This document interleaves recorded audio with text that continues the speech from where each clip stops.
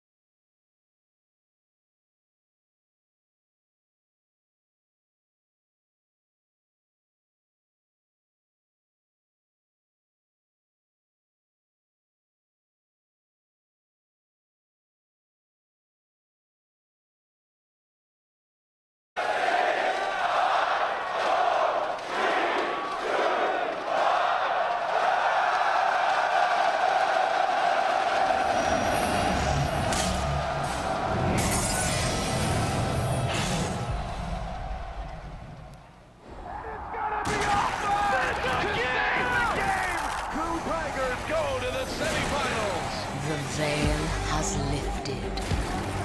The Summoners Cup, Fnatic will advance the semi-finals.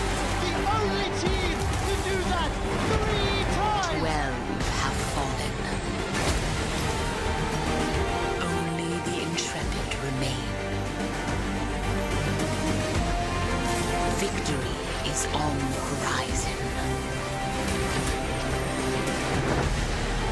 To live through mastery or die by fate.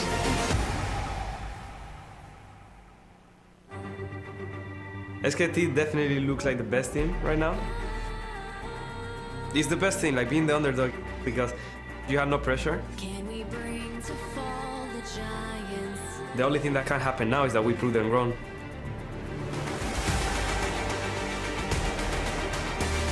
피케 선수가 워낙 옛날부터 오래 온 게이머고 굉장히 지금까지 하는 것만 봐도 성실히 오래 했다는 거에 반증이라고 생각하니까 많이 경계를 하고 있어요. It is weird to prepare for 2 different guys. Especially at first I was thinking it would be Faker. 물론 제가 뛰고 싶은 건 맞지만 사실 지훈이 형이 나가도 크게 상관은 없어요. 지지만 않으면.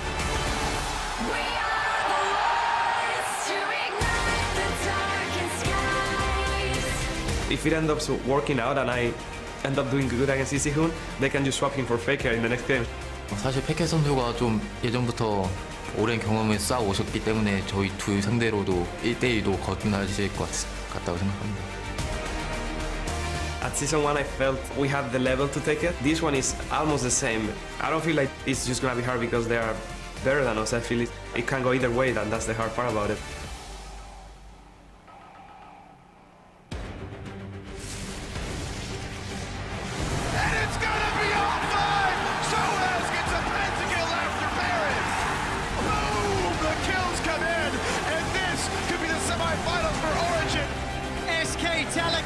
Destroy AHQ's Nexus and are 1 step closer to the Summoners Cup!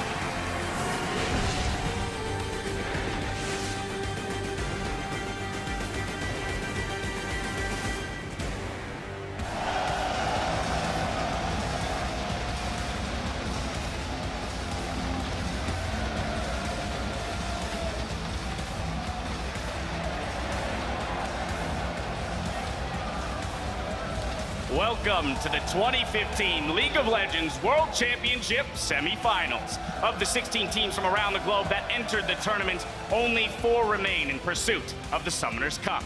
Now you're getting a look at Brussels Expo in Belgium, which will play host this week as the teams do battle with their eyes on the finals. And just a little bit ago, fans were lined up and ready to storm the arena to cheer on SKT and Origin. We've got a few cosplayers in the house with Yasuo and Lulu leading the charge. And here you're getting a sneak peek at our combatants. SK Telecom warming up in their locker room just a short time ago. They'll be facing off against Europe's Origin.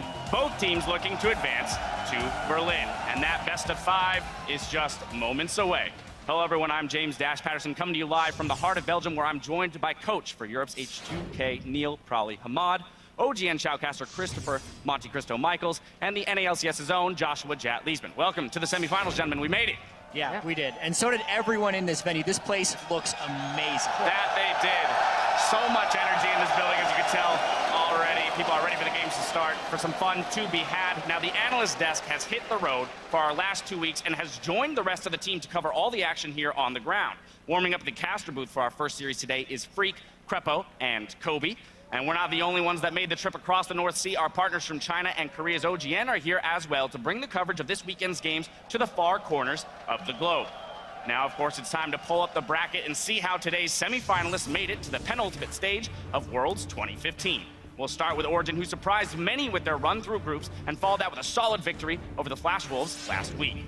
Yeah, Origin has been playing great this entire time, defying many of the expectations. Remember, most people didn't even see Origin coming out of the group stage, yet time and time again, when the decisive moments of the games happen, Origin are the ones coming out on top. And even though they don't usually have a gold lead early in the game, they've shown through some intelligent use of globals, teleports, that they can make big comebacks in a lot of their games and really stand with a lot of teams in the late game phase. And of course, they're going to be going up against Korea's SK Telecom, who have yet to drop a game throughout the entire tournament. They look strong as ever, gentlemen.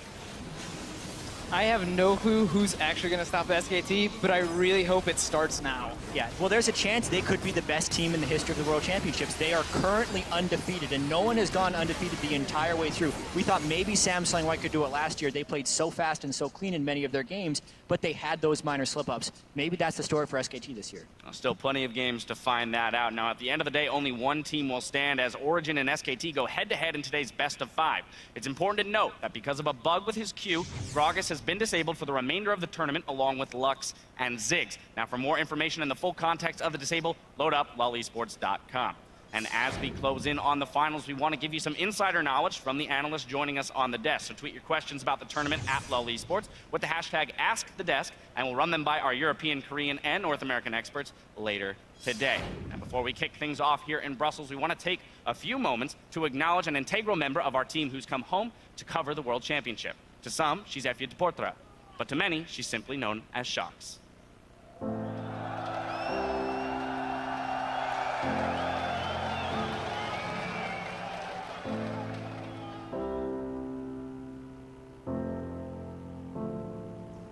After 4 years, I still like watching League of Legends the most out of everything. You just sit there and you have all the fans there, and I'm just the same. I'm like shouting when a pentacle happens. I'm excited when a backdoor happens. And every time that happens, I also still realize, whoa, this is so what I want to do. I can't imagine doing anything else. It's fantastic to be in Belgium. We are in the Abdijtuin, or the Abbey Garden. It's actually one of my favorite places here in Ghent, where I went to university. I was very much attracted to the history side of everything, so I decided to do history for 4 years. Over the course of those 4 years, I actually discovered that I liked to be a sports reporter a lot more. There was the World Cup, football was on the first year at university. I watched every single game of the Football World Cup, and that made me really realize, whoa, I love this more than I love anything else. So I also got a degree in journalism.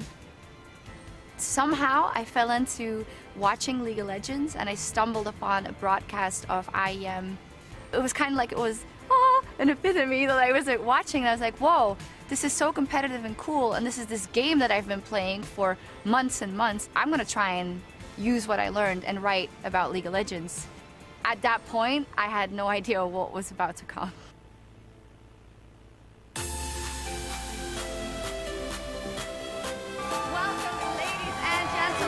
Ich sehe gerade, wir haben den ersten Hotdog verkauft. Kann die Person fangen? Also gut, es kommt etwas geflogen. I grew to like being on camera, I think. I have a lot of like mannerisms that I didn't know that I had until I watched myself on camera. When I watch it back then, I just feel like I was very, very awkward, and I didn't really know how to present myself. I talk very fast, I still do. I started to like it along the way, and now it feels super natural. And it's awesome that now it feels that way, but it wasn't that from the beginning.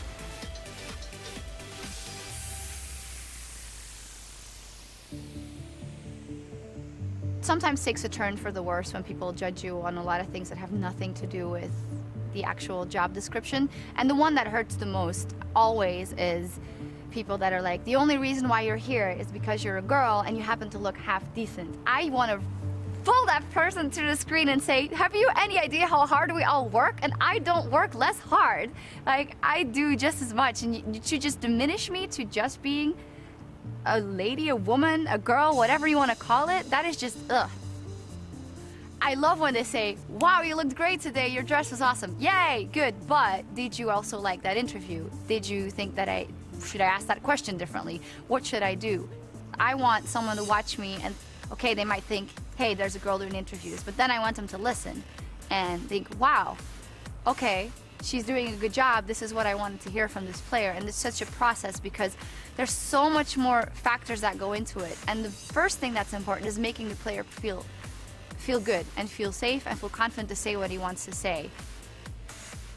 A lot of times people always think that, oh, you just burned this player or whatever, but most of the time that's because I've built a connection up with them over the years, or I've talked to them behind the scenes and I know how far I can go and I can't go and what would work. And sometimes it falls flat, but I'd like to think that they respect me now for what I do.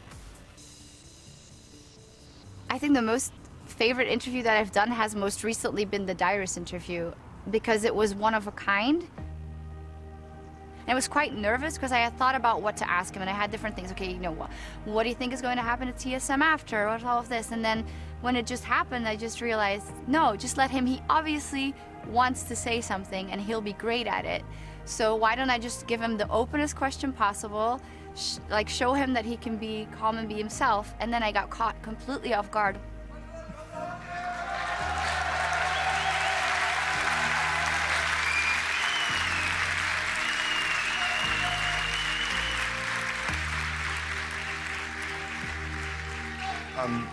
I'm really sorry to all of my fans that I let you down.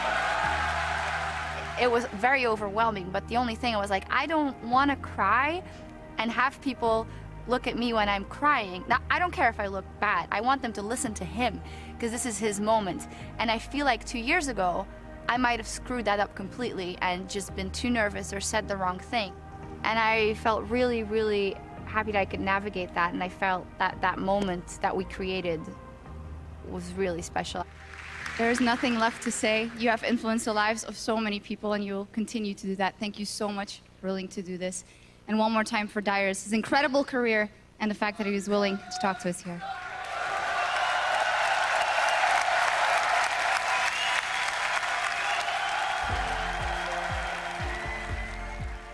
I definitely feel, I know that I'm something that some girls have actually written to me, and men as well, said, wow, I look up to the fact that you're a woman in this business. And it's not something that I want to get hung up on and think about all the time, but I think that through my actions, I've been a good example, because for me, it's always been about loving this game, working as hard as possible, and hopefully showing people that I care, and not that I'm there just to be on camera or whatever.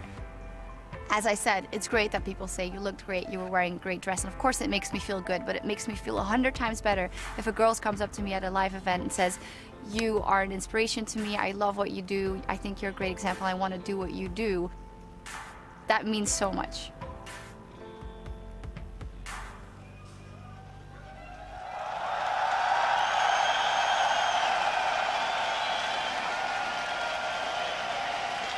And now it's time to head down to Shox on stage to introduce us to today's semifinalists. Welcome everybody to Brussels Expo!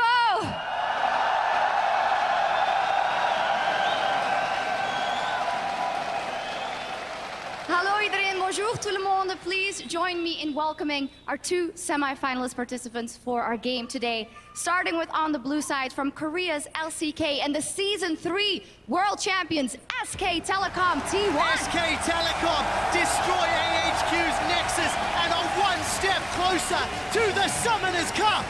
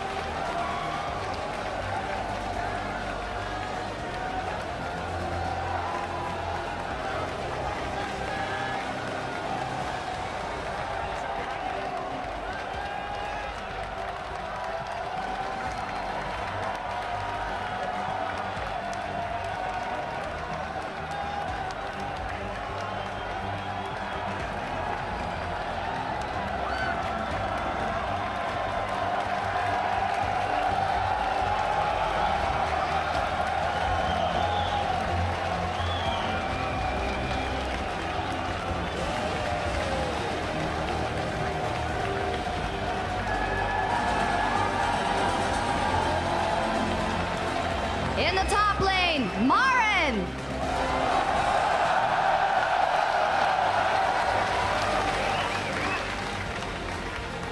In the jungle, Bengi.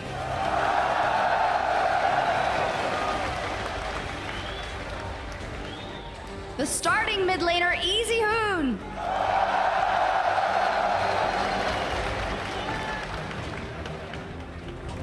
At AD carry, Bang.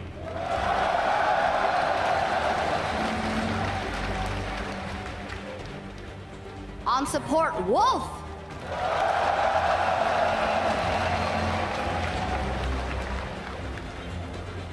the substitute Faker.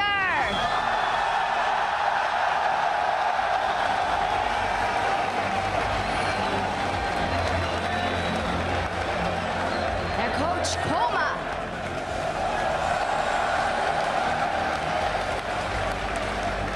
Once again for SK Telecom T1.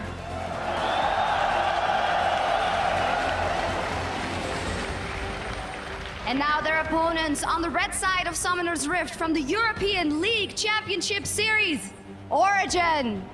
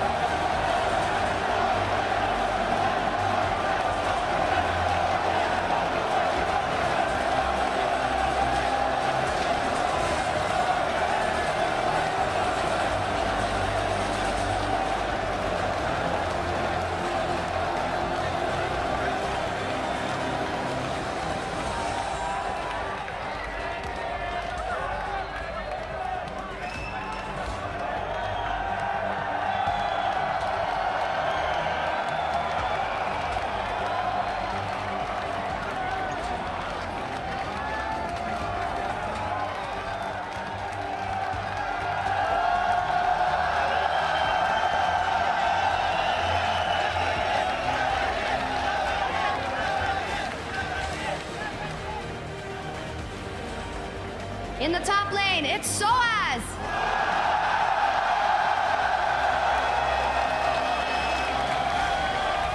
In the jungle, Amazing.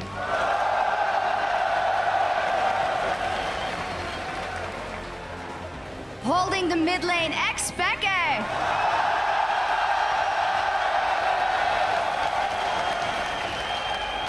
At AD carry, Niels.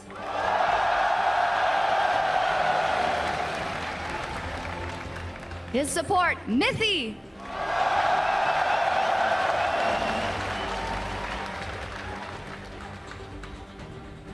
Their sub, Aranea.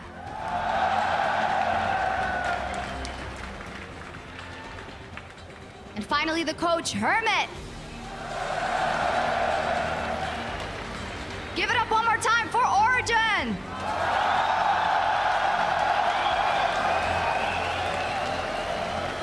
Ladies and gentlemen, one last time, our semi-finalist, SKT and OG.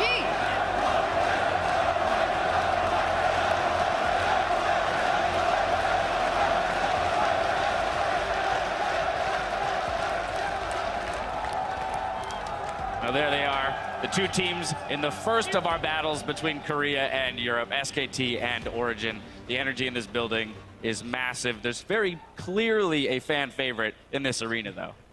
You could say that. It's Europe versus Korea round one. I think it's safe to say. Round one. It is round one. We'll have round two tomorrow. Now, as the teams take their places on stage, let's look at how these two stack up. Comparing their average gold difference from all of their games at Worlds, it really is a tale of two different teams. Yeah, and a lot of this comes from SKT being undefeated, but it does go to show how badly they have been beating their opponents and how Origin has been grinding out wins in a lot of close or deficit-filled games. Even at the 25-minute mark, Origin still doesn't average a gold lead. And that also is deceptive because we look at their average game time of 42 minutes. Their wins are even longer than their average game time. So this is a team that's been taking a long time to actually grind out those victories and staying kind of a little bit below their opponents for most of the game when it comes to the gold score. And two play styles that are sure to clash here today. Now, it's important also to note that Easy Hoon is subbing in for Faker in the mid lane. So my question to you guys is, how does this affect the dynamic of that mid lane matchup against Expeke?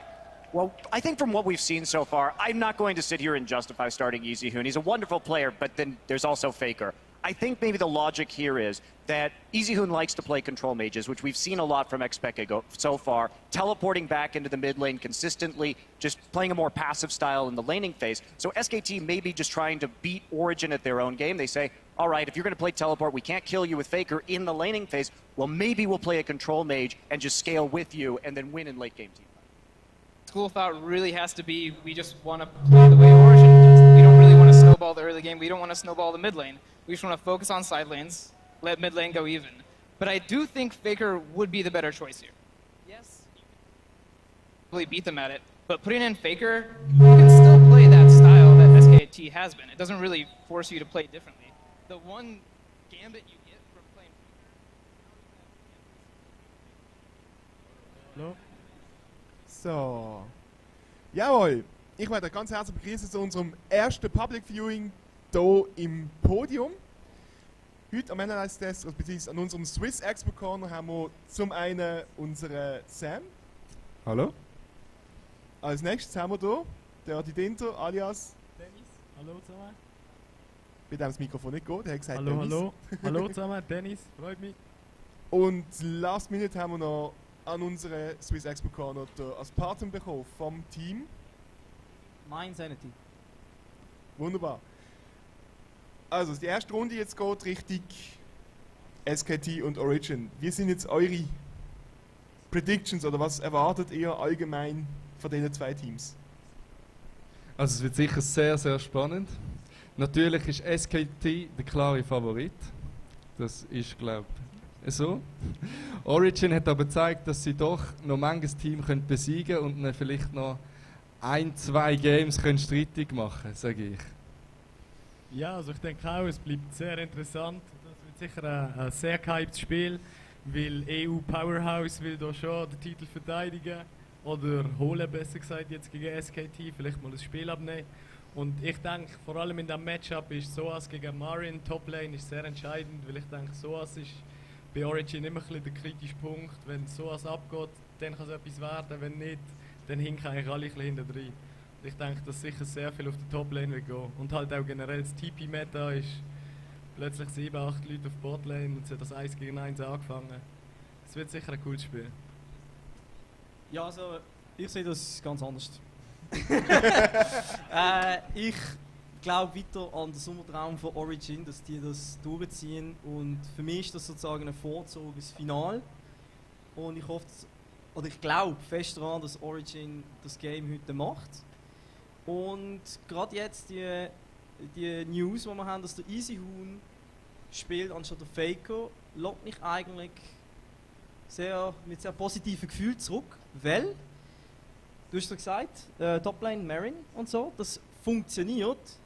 Der Marin übernimmt das Spiel, aber er übernimmt sie meistens dann, wenn ein Faker rum ist, weil der Faker das ganze Spiel auf sich zieht. Der Faker wird immer runtergefokust und gemacht und da und dann kommen die Sidelanes und greifen das auf. Aber jetzt, der Easy Hoon hat einen ganz anderen Hero Pool, und zwar nicht einen Hero Pool, der einfach der XPK auseinander nimmt. Und das wird die ganze Dynamik in dem Spiel komplett verändern und das wird Origin eine sehr gute Chance geben. Zumindest solange der Easy Hoon in der Mitte ist, ja, zu wissen. Dort haben wir genau das Problem. Die Easy Hoon spielt vielleicht das erste Spiel. Wenn sie das verlieren, ist sofort der Faker drin. Da spielt dann wieder seine schönen Support mit denen, damit genau Top wieder gewinnt. Faker zieht alles auf sich, spielt ein bisschen Lulu, mit Ignite vielleicht. Alle ganken die Mitte, er ultet sich und Top hat Free Farm und kann machen, was es will. Ich würde sagen, wir gehen dann noch in Pick and Ban Phase und warten das erste Spiel mal ab. Und mein Favorit definitiv ist Origin. Ich hoffe es zumindest. Aber ich glaube eher SKT wird es schaffen. Denn ja, fast. Ja, sie sind dran, sie sind einrichten, also es kann jederzeit losgehen. Was erwartet ihr denn, was gepickt wird? Das ist nicht meine Wunder. Also ich hoffe natürlich auf... Also Jungle wird wahrscheinlich wie immer sein, Rek'Sai, Evelyn, was ist noch, Elise, halt die Standard-Contested-Picks für den Jungle, die momentan das Metagame recht dominieren. Aber ich hoffe auf einen Rumble von Marin, ich würde gerne ein bisschen mehr Action auf dem Spielfeld sehen, ein bisschen Explosionen, ein bisschen Feuer. Ich weiß es nicht, aber ich denke, sie werden nichts Überraschendes picken overall. Ich glaube, es wird recht safe picken. Im ersten Spiel? Im ersten Spiel. Ja, ich würde auch sagen, Toplane, Botlane hat ja nicht so eine riesen Vielfalt an Heroes. Wir sind, glaube ich, aber fast an die 70 Champions gepickt worden. Aber 72 sogar, genau. Aber davon sind halt einfach, es sind glaube ich 26 Midlaner gewesen. Also der grösste Teil ist halt schon in der Midlane. Aber Easy Hoon und XPK sind jetzt beide nicht so, haben bis jetzt zumindest an der World nicht wirklich eine riesige Spannweite gezeigt. Und wenn der XPK nicht muss irgendetwas Führer holen, wo er gegen den Faker dann wird müssen, werden wir wahrscheinlich vielleicht sogar wieder dann Nivea Nummer 5000 sehen. Ja, und sonst eben die eher Mage-lastigen Midlanes werden wir sehen. Also mich wundert es eigentlich noch, dass gewisse Mage-lastige Champions noch nicht gepickt worden sind, wo man eigentlich mit Anivia TF kann vergleichen kann, wie zum Beispiel Xerath oder Nidalee. Wieso sind die noch nicht gepickt worden? Wenn du einen Anivia-Spieler hast, das gleiche ja auch mit dem Froggen immer gesehen. Der Anivia ist so ein Champion, der so wenig gespielt wird, dass selbst Profis unglaublich Mühe haben, dagegen zu spielen. Es wird oft das blöde Ei einfach unterschätzt und dann werden Dice gemacht, wo du denkst, ey, Entschuldigung, Solo-Q, Gold macht das besser gegen Anivia. Und damit stellst du dir auf die Frage, wieso soll ich einen Xerath picken, wenn ich auch eben einen ähnlichen Picker habe, der es schwieriger macht. Vor allem eben, wenn ich einen Spieler habe, der diesen Vogel fliegen kann. Was denkt ihr im Puncto Gangplank und Mordekaiser? Band. Keine Chance. Band. Gangplank. Also wir haben ja ein Spiel gehabt, wo wir das Matchup hatten, ist allerdings abgebrochen worden wegen dem Bug mit Gragas. Ja, genau. Ja. Vielleicht kriegen wir doch noch die Chance. Das wäre auf jeden Fall interessant gewesen. Ja, es könnte passieren, dass durch das, dass sich beide Teams probieren, irgendwie rauszubannen und mindgamen, dass dann irgendwie einer von diesen Picks durchkommt. Aber die haben eine 100%ige Win-Chance. Und beide AD-Carries und beide Top-Laner sind so gut, dass der jeweilige Gegner keine Chance hat, wenn die einen von den Champions kriegen. Weil sowohl der Gangplank wie der Mordekaiser haben die Games nicht einfach gewonnen. Die haben die Games einfach vernichtet. Und ich glaube nicht, dass wir das im Halbfinale und Finale werden sehen. Bis auf die Ausnahme, dass sie vielleicht tatsächlich eine Antwort gefunden haben, die bis jetzt noch niemand gehabt hat. Alles klar, dann würde ich sagen, schauen wir in die Pick-and-Ban-Phase rein. Schauen, wie es die zwei Teams heute im ersten Spiel abliefern und melden uns dann auch wieder zurück. Denkt dran, bis zum First Blood könnt ihr bei uns noch mittippen. Einfach euren Namen ins richtige Kessel rein tun und dann habt ihr die Chance auf die Kopfhörer, wenn ihr am Schluss als Letzte gezogen werdet. Also picket mit, macht mit und springen wir wieder ins Spiel rein.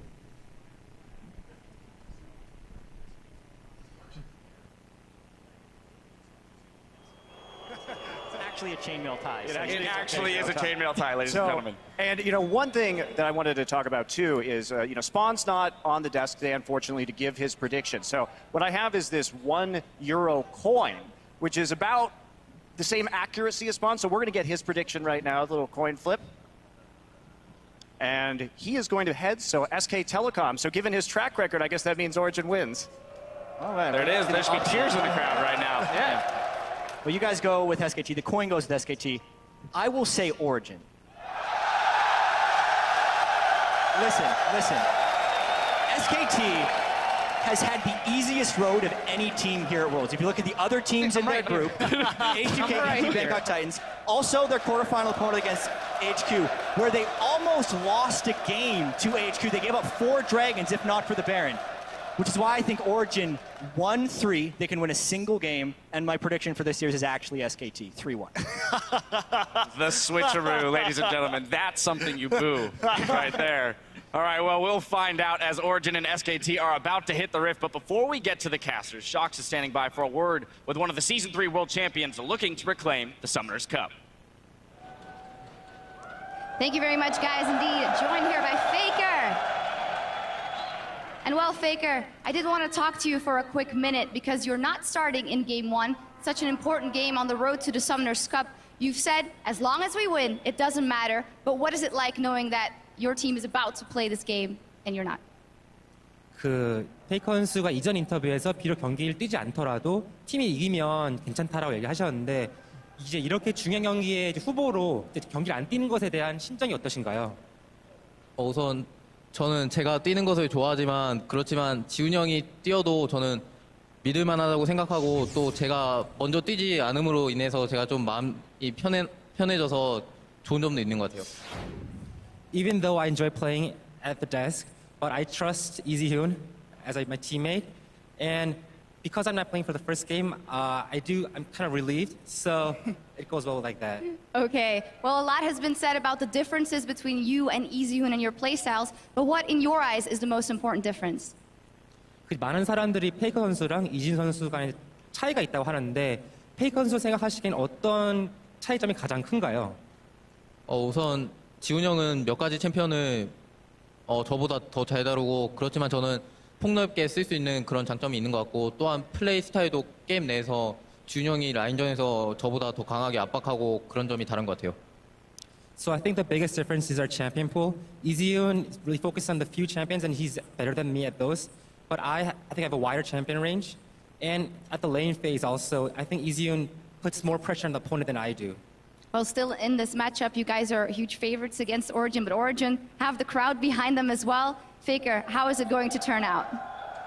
지금 많은 팬들이 여기서 오리진 팀을 응원하고 있는데 페이커 선수 생각하시기에 이번 경기 결과가 어떻게 될 거라 예상하시나요? 여기가 유럽이기 때문에 제가 오리진이 이긴다고 하면은 큰 호응을 받을 수 있겠지만 그렇지만 저는 SKT이기 때문에 SKT가 3대 0으로 이긴다에 걸겠습니다.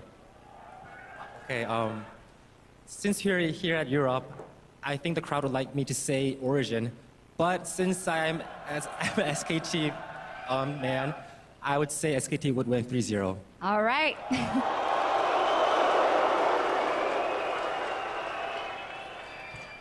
Well, thank you very much. That was it from Faker, and I think it's about time that we get into the game. Let's head over to our casters. Merci beaucoup, Sharks. Bonjour et bienvenue, mesdames et messieurs. I am David Freak Turley.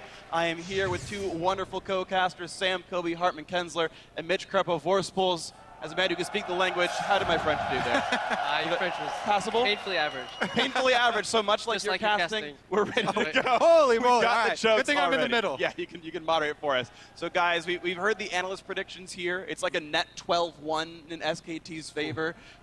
Certainly a difficult match for Origin here, so what do you think is going to happen here, maybe to cause the upset or for that 3-0 avalanche people are expecting? I think SKT is just going to take a clean 3-0. The only way Origin has really won these games is with like this massive late game, really good shot calling, but you don't need that because the game's over by the time you can actually do that against SKT. We can all agree that this game is going to be a lot about multiple points of pressure on the map at the same time. And because of that, you know, that's one of the reasons why I actually think they're using Easyhoon. Yeah, there's a lot of talk about Easyhoon's Azir, and rightfully so, but his Twisted Fate pick is so important versus something like Origin. Faker's actually only had one Twisted Fate game in all of Season 5, and it was one of SKT's rare losses. Whereas Easyhoon, I've been spying on him, and he's played a lot of it in solo queue. It's one of those champions that he has been focusing on. I think it's a really good pick, specifically against Origin, where you know there's going to be so much about map movements, and using a champion that can traverse that much distance that quickly is very important. Yeah, both these teams have an incredibly similar style in the mid game, which revolves around not grouping up at all and just splitting up and pushing all lanes at once, 1-3-1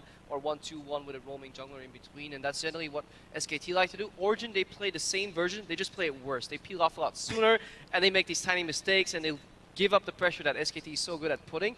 In addition to that, SKT just managed to get ahead every single game at 10-20 minutes, whereas Origin, they're struggling. And it's unfortunate. It's been people kind of overextending for things they're not supposed to get. We heard Jat talk about the lack of wards early game from Origin. Monte Cristo talks about how the fact that Bengi is always in the right place at the right time and picking off these overextended members. So it seems like the general holding pattern keeps looking SKT's way. I do have, well, that brings up one more prediction I have. I think that Thresh and Tom Kench are going to be the two most important support picks for these two teams because of that factor of everyone's going to be spread out so much, and supports that are able to save someone who's extending in a lane, who's trying to push the wave and gain that map pressure advantage. Those are going to be two really key picks. Yeah, definitely key picks. In addition to that, Alistar is just going to be a really high priority pick for Wolf because unlike Mythy and Amazing, they really roam together as a pairing, both on the same screen together. Bengi and Wolf, they kind of split up one by one, and it's a lot easier to play that way if you have Alistar. Alistar is a strong independent support. Strong independent support. That need no jungler near him. Exactly. That's the way they like to play, but obviously it can change against an opponent They obviously have prepared for each other. Especially level 1, I want to see if Origin has actually found a weakness, because there's a distinct weakness in one of the level 1s. Don't give away too much. That SKT runs. So I'm just waiting to see it happen, hopefully, because we're getting into game pretty soon. Yeah, Champ Select has begun here. So, ladies and gentlemen, we are into game 1 of the semifinals as Champion Select has begun. And my big question is exactly how locked up are Origin's bans? There are some red side teams who will put all the bans themselves. They'll ban Mordekaiser and Gangplank. And there are some that are happy to share the burden with the blue side team and leave it for the very end. We see that GP actually banned by SKT here. SKT's ban pattern usually goes as follows on blue side. They ban one of the OPs, which is considered Gangplank or Mordekaiser. They have 7 Mordekaiser bans this entire tournament already, the most out of any team. And then they target ban a certain player twice. So usually you would see in this trend, it would be support ban coming out third to try and pinch that champion pool. Yeah, this is actually a little wrinkle here in the second ban being Gangplank. I was thinking that it was going to be Mordekaiser because they've done that so often, but they do as well have 3 Gangplank bans. And this is already interesting from Origin, because every single blue side game, SKT has first picked the jungler. The jungler's always ended up being Elise, but Origin have already pushed upon themselves 2 jungle bans, and they either have to lock up, actually no, they're not going to ban Mordekaiser themselves, so SKT actually giving breathing room to Origin, who are banning Lulu off there. That could be at least pick here instantly off the bat from Bengi. It would be weird. I don't feel the need, since both Elise and Rek'Sai are banned out now, and Gragas, of course, is globally banned, to early pick that jungler there for SKT. Bang has been one of the most feared Kallistas in the entire world. It was a huge talking point at MSI, and he proved his point there. There we go. We see the next priority champions coming across there. The Alistair that we thought might go to Wolf, taken away as quickly as possible by Mithy. Of course, the Kallista stolen away by Marin. I think it's a good lock in here. Both these champions take a lot of power away from SKT because they're so smart at playing this split push style. If you add an invisible jungler in between that in the mid game, it's almost impossible to play against a team of SKT1's caliber with an Evelynn. Also, again, the Alistair is a clear steal away from Wolf. We'll see what's next up on the docket there. Bengi already locks in the Jarvan. Of course, we have seen him play top as well as in the jungle. The Shen also could be a top laner or a support. The Shen pick I actually really like, even though we haven't seen it from Wolf, because we talked about champions that can move across the map really quickly are going to be very important in this matchup. It's going to be all about multiple points of map pressure. Shen adds that no matter if he's in a support role or from the top lane role, because if he's in the support role, then he can actually use level 6 teleport up to the top lane and try and snowball Marin, who's been the king for SKT. Yeah, and it definitely suits Wolf's playstyle in the mid game. What he does, he just goes into lane that is the weakest matchup in terms of lane control and pushing, and he tries to amend that. Now with Shen, not only can he be in that lane to fix that wave clear deficit or just pressure deficit, he can also ulti to either side lane if he chooses to be in the mid lane or just anywhere on the map. So much pressure coming out for that split push style here for SKT T1. So Origin to lock in the next couple of champions here. Xpeke not actually going to yet lock in that Victor. And there we go, it's going to be the champion for him. So it's going to leave SKT to, as usual, last pick in their mid lane. This Kennen, of course, can be a flex pick. Niels may have picked it up from Reckless in the last couple of weeks, or could still go to Soaz. And Origin will look for matchups before flexing that around. SKT right now, I'm really curious what they want to combo with Jarvan. They already have one champion who can create terrain on the team. Hovering over 2 more. Yeah, Nivea, yeah, exactly. 2 more champions. They could just create their own battlefield. Try and work with here. Technically, Jarvan can end up being top lane. It could be a solo lane, could even be mid. It's not really an easy hoon. Could also just be an entirely different play style. SKT may just want to play a group team fight style because we keep talking about split push, split push, split push, but for all we know, they may just want to group up early and just keep going for those objectives because they're so fantastic at securing a lot of these dragons too, as opposed to a lot of other teams. And on Origin side, they do technically also have that Kennen as flex as well, so not giving away too much there for the top lane matchup. This lineup looks like the lineup for SKT right here. The Azir and Fiora. Marin has been an absolutely immaculate Fiora player so far this World Championship. We've mentioned it before. EasyHoo known for his Azir, maybe the very best in the world, which means it is jungle Jarvan, it is support Shen, and now Origin flex the lineup. Yeah, this does make the Kennen a lot more valuable in the top lane. A pretty good matchup right there. Keeping your distance against the Fiora, always to stun her if she comes at you. You can prevent her from proccing that ultimate, definitely so with your own. And then it puts Niels in an 80 carry heavy position though, because you're running double AP with very little peel. Especially good pick with an Evelynn jungle. If Kennen gets jungle help against Fiora, somebody has to bail Fiora out or she gets relegated to the jungle. If there's any jungle intervention there and Kennen gets a leg up, it's very, very oppressive. And keep in mind that if you're in a lane swap as well, it's not exactly easy for Fiora to get denied farm early on. Kennen, of course, plenty of utility on the kit, can do something while starved. And Origin to make their last choice for what looks like AD carry. Yeah, SKT in the last 6 games have sent their bot lane bot every single time and Marn to the top lane, so lane swap is actually not that likely, so maybe if Origin can use this information, they can find the favorable lanes. The SKT lineup, though, looking really well-rounded to me. They have multiple split push options. They've got late game secured with Azir, and they have Kalista to carry them through mid. So very versatile setup here from SKT. Coming into a game 1 of a best of 5, this is the type of lineup that you are looking for. You know, kind of be able to defend against any strategy.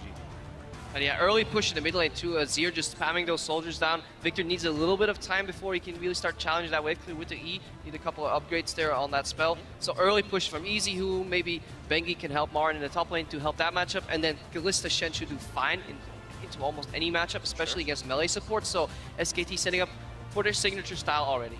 And I want to see what happens then to Amazing here in the jungle. If Evelynn doesn't get a lot of help, that champion does get low while clearing camps and whatnot. And you talked about Easyhoon pushing up, the dual lane looking good. Bengi can be very aggressive, and jumping into that Origin jungle and pushing down Amazing, certainly a possibility here for SKT. Yeah, I actually think that SKT may look for the lane swap here. You know, maybe trying to avoid not only the Fiora Kennen, but also the Kalista plus Shen. All right, well, we'll see what these matchups end up being. Brussels is here to cheer on their favorite teams. You guys at home are always part of the conversation as well. Guys, let us know who it's going to be. Tweet at LoL Esports, hashtag SKT if you go with the analyst desks, or hashtag OG if you go with the home crowd. But we are here to find out which of these two teams will send a player to their second World Championship final, the chance at their second World Championship. And here we go, game 1 of the semifinals. South Korea's SK Telecom T1 versus Europe's Origin. And here we go.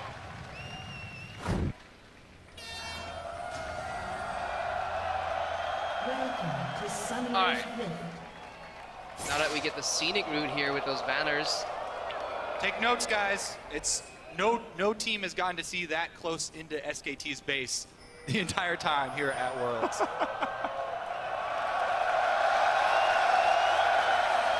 They have not even given up a tier 2 turret. See if Origin can take one from them. Alright. Looks like a bit of an invade here from SKT, forcing out Soaz, and this is different because usually the one point of weakness in any SKT game start has been the top left side of the map, where then Bengi and Marn would start duo jungling without a ward. SKT have been incredibly greedy with their trinket usage early, but right now it does look like Kobe was on the money with his lane swap call. They have gotten a little bit of an early advantage there as well, forcing Soaz to level up Lightning Rush. No matter where you start, it's going to make it a little bit more difficult. Not a happy place for him, but meanwhile, Peke and Easyhoon have actually already done battle. Easyhoon is missing some health, so Peke has dealt 100% of the damage in this game. Beautiful start. Good job, Bree. Former world champion. Not only does it work well in terms of matchups, getting Marion out of that sticky cannon situation, it also just doesn't really help Evelynn at all being in a lane swap. She really wants standard lanes to be unpredictable and go multiple directions and surprise people. Right now, if you're locked into a lane swap, you're duo jungling for a very long time. The map is nicely split in half, so as a jungler, I'm sure you know more about that, Kobe. I do think it's also a good split start here from SKT, as they start in 2 quadrants at the same time. A lot of vision down there. Making sure that Origin are not starting on that side. Has Shen leveled up the taunt yet? Yeah, he has taunt already. Wants to push into Peke, but with the wave already pushed in, there's nothing that Easyhoon can do here, so nothing much done. He keeps his team safe. Origin did start aggressively in the bottom jungle. Bengi and Marin will react and perform similarly. I mean, it looks like we're just head on track for just the EU-style lane swap where both teams do a double quadrant clear, send 3 people top, jungler keeps jungling, and the wave gets bounced towards their top laner. Just need to see if SKT don't make the mistake they did earlier in one of the HQ games where they left the tower alive for a very short period. Yeah. Also, because of that sort of split start that I was actually complimenting from SKT, they're behind. They actually were not rewarded for the attempt at a mid lane gank and a mid lane pressure, and that means that Origin are a few seconds ahead here on the early tower take, a bit quicker in the jungle. They've sent Amazing back to their own quadrant as well, which is very safe for him to farm, so they can take down this turret while Amazing continues to get experience in the top. To make up some of that turret damage, though, you're going to see that SKT have brought all 4 of those players to the top side as Bengi just finishes off the Krugs.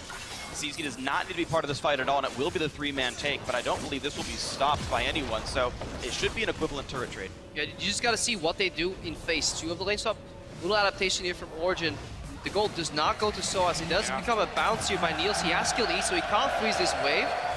But usually what you see is the next step in his evolution. Instead of freezing this for extended periods of time, you just push it back towards the people that come to defend it. So, yeah, this does signal to me, though, that they want to try and continue knocking down all the outer turrets with Tristana, get her rotating around, and keep up this early sort of map control lead that they do have. Soaz is going to be the obvious one that will take a hit because of this strategy. Marin just got the local gold all to himself for that turret. yeah, they're just going to move their bot lane to the top lane, force Marin to walk and teleport bot 2 because they're basically doing a fake out right here. They're saying, okay, we have Soaz here, come gank us, we have an invisible Evelynn, then the bot lane will show up. And they move away from that play all of a sudden because Niels, he ran mid and bottom all of a sudden. So this is something we see way too often from Origin. They go in for a play, hesitate, and switch it up. Well, also, I mean, Evelyn's invisible, but Alistar is not. And Nithhi was trailing and walked over a ward. So, Marin not going to take that bait. It is risking the lane assignments, though, so Origin have sent their dual lane back down to the bottom side. They're not content to continue trading turrets. This is, I think, why they gave solo gold to Niels. He got a pickaxe plus a potion on his recall versus the longsword of Bang. So item-wise, Origin's dual lane is ahead. They're probably just trying to secure the matchup. If they send 4 top, they can keep Niels there. If the matchup ends up being the bot lane, send Soaz bot with teleport to find Marin. If he is not there, Niels just pass back to the bot lane, and Soaz can stay top with his teleport. So it looks like Origins just wanted to find that 1v1 Ken Fiora matchup. And let me touch on both junglers here, because both junglers have only been setting up for counter ganks here. Both junglers have just been waiting for the first move of the other team. Amazing trailing top because they thought that Soaz would be the target since he was their weak member. Meanwhile, SKT, they were trailing behind Bang there because that's the extended lane. That's where they did not have a turret. And you would expect the obvious move from an Evelynn who's invisible, go attack the SKT members that are in the long lane, try and chase them out and get one of those cheap early kills. Neither team going for those riskier early plays though, and the counters just sort of nullify each other.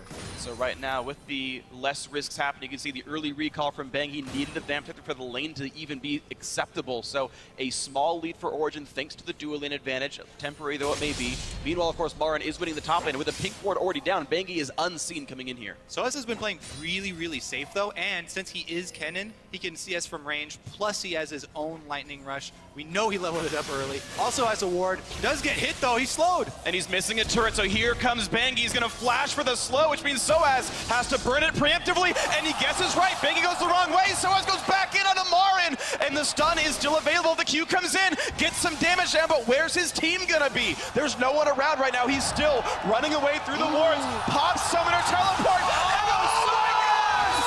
Soaz is a god!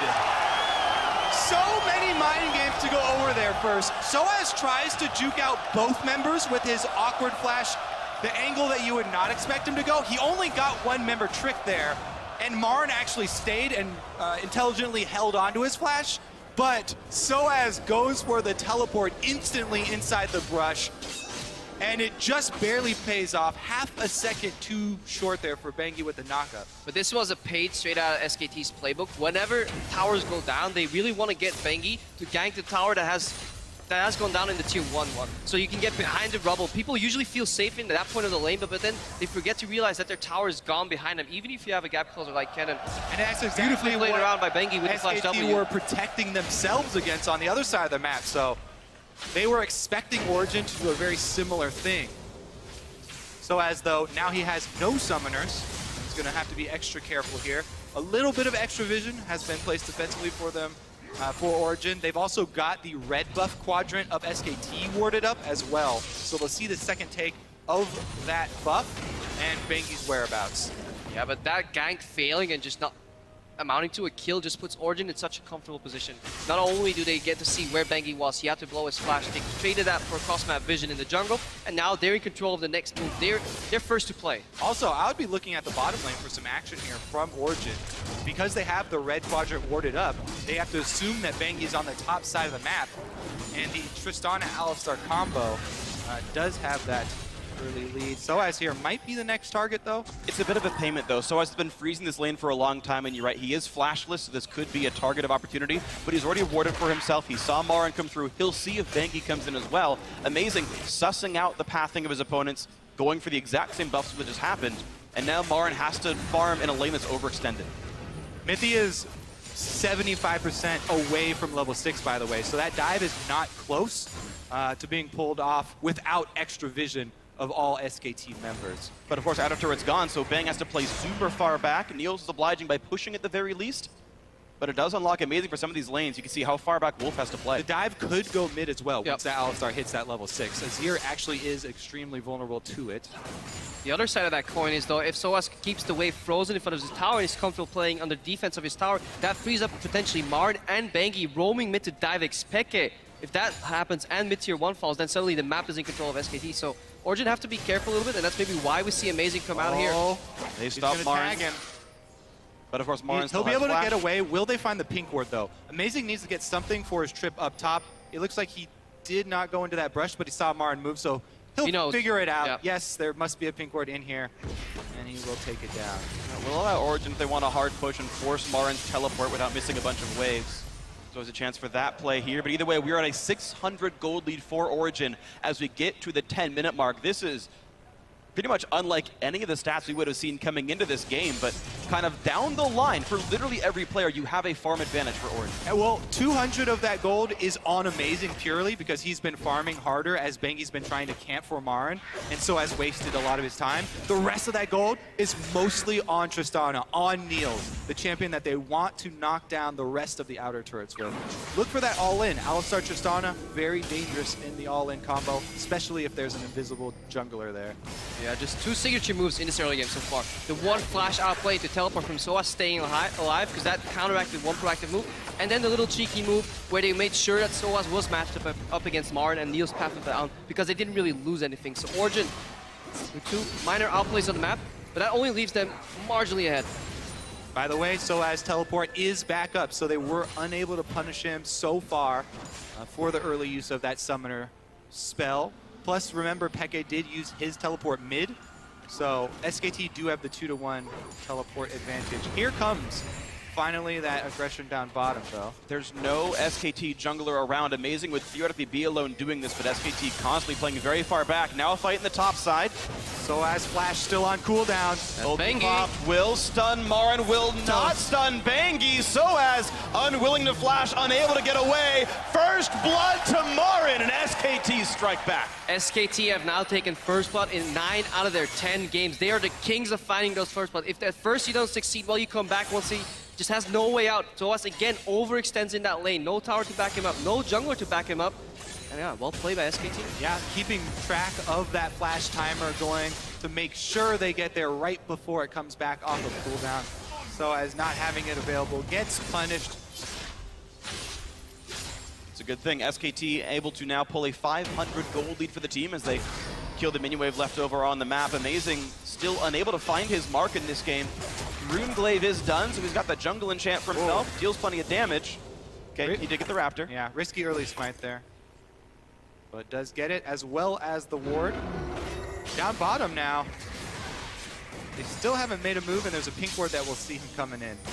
Yeah, SKT have done a good job of not getting any deep wards in the lanes. Hang on, Easy Hoon. Whoa, big move there. Nice flash gets away from Emperor's Divide. Easy Hoon forced to use his as well. Could not get traded back on. Peke with a well-respected move.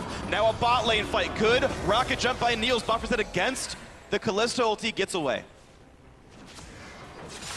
Yeah, I don't know about being forced to use it in the mid lane there. Easy. I think the E cooldown was close enough to being back. Very scared. He didn't see the laser come out first. Just use it. Uh-oh, Marin, he's got the ulti, pops it. Soaz going to be in a bad way. Does have flash. And it's going to be a flash follow. There's only one vital left, and Marin can't quite reach it, but he gets the slow. One hit will kill. A stun for Soaz, but it's enough to get Marin the kill anyway. 2-0 to the SKT top laner. Amazing, still trying to make something work out bottom, but Bengi is here, giving even better than he's getting. And Mithy's ult's already down. A three-man knockup! Beautiful! Gets one back from Alistair, but Mithy is already dead. Wolf survives the chase. Niels gets one back. It's already 4-1 SKT, though this game is falling apart.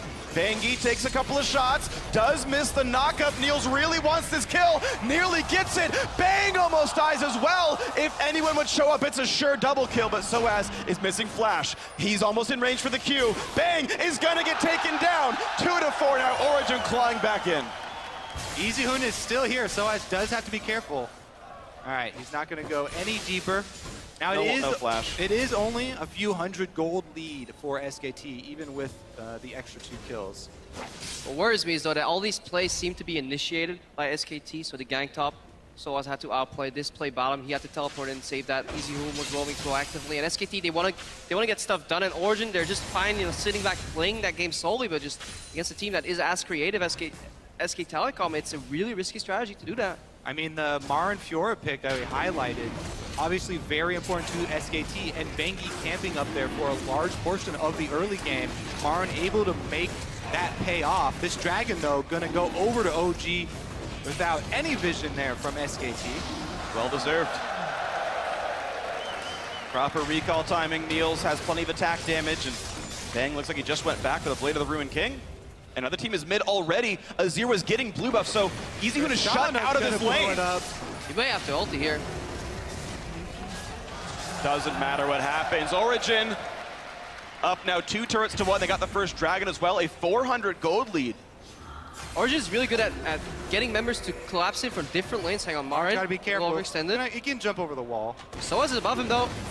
Rocket jump lands for the slow. Marin will riposte the stun and actually pulverize misses, but it doesn't matter. Soaz gets his second kill of the game. So he would have had to jump over the thin part of the Baron wall when he first saw Tristana there. If you go up further, that section of the Baron wall is too thick to jump over, and he had no option at that point. Origin get a pick off here, and it's going to be a tower trade, it looks like. Bang is all alone down bottom, but Origin continue to push top, so...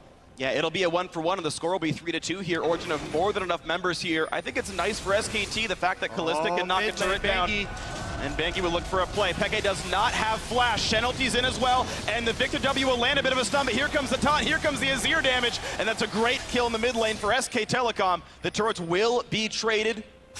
Won't take long for Bang here, and we can see the game still very close. Yeah, that's a big kill. You lose your mid lane wave clear, and all the map can go for this even if they dive this. Maybe risky. Marin has no flash, no ult. He can look for the riposte. There's going to be a big chunk of damage, and Niels dunks better than Darius could ever hope to. These are the dangers we talk about. Since we have to keep up pressure on multiple points of the map, SKT are showing all of their members on the map. They used 3 people mid, and Bang still bottom. That meant that once Marin showed, they knew it was a free dive.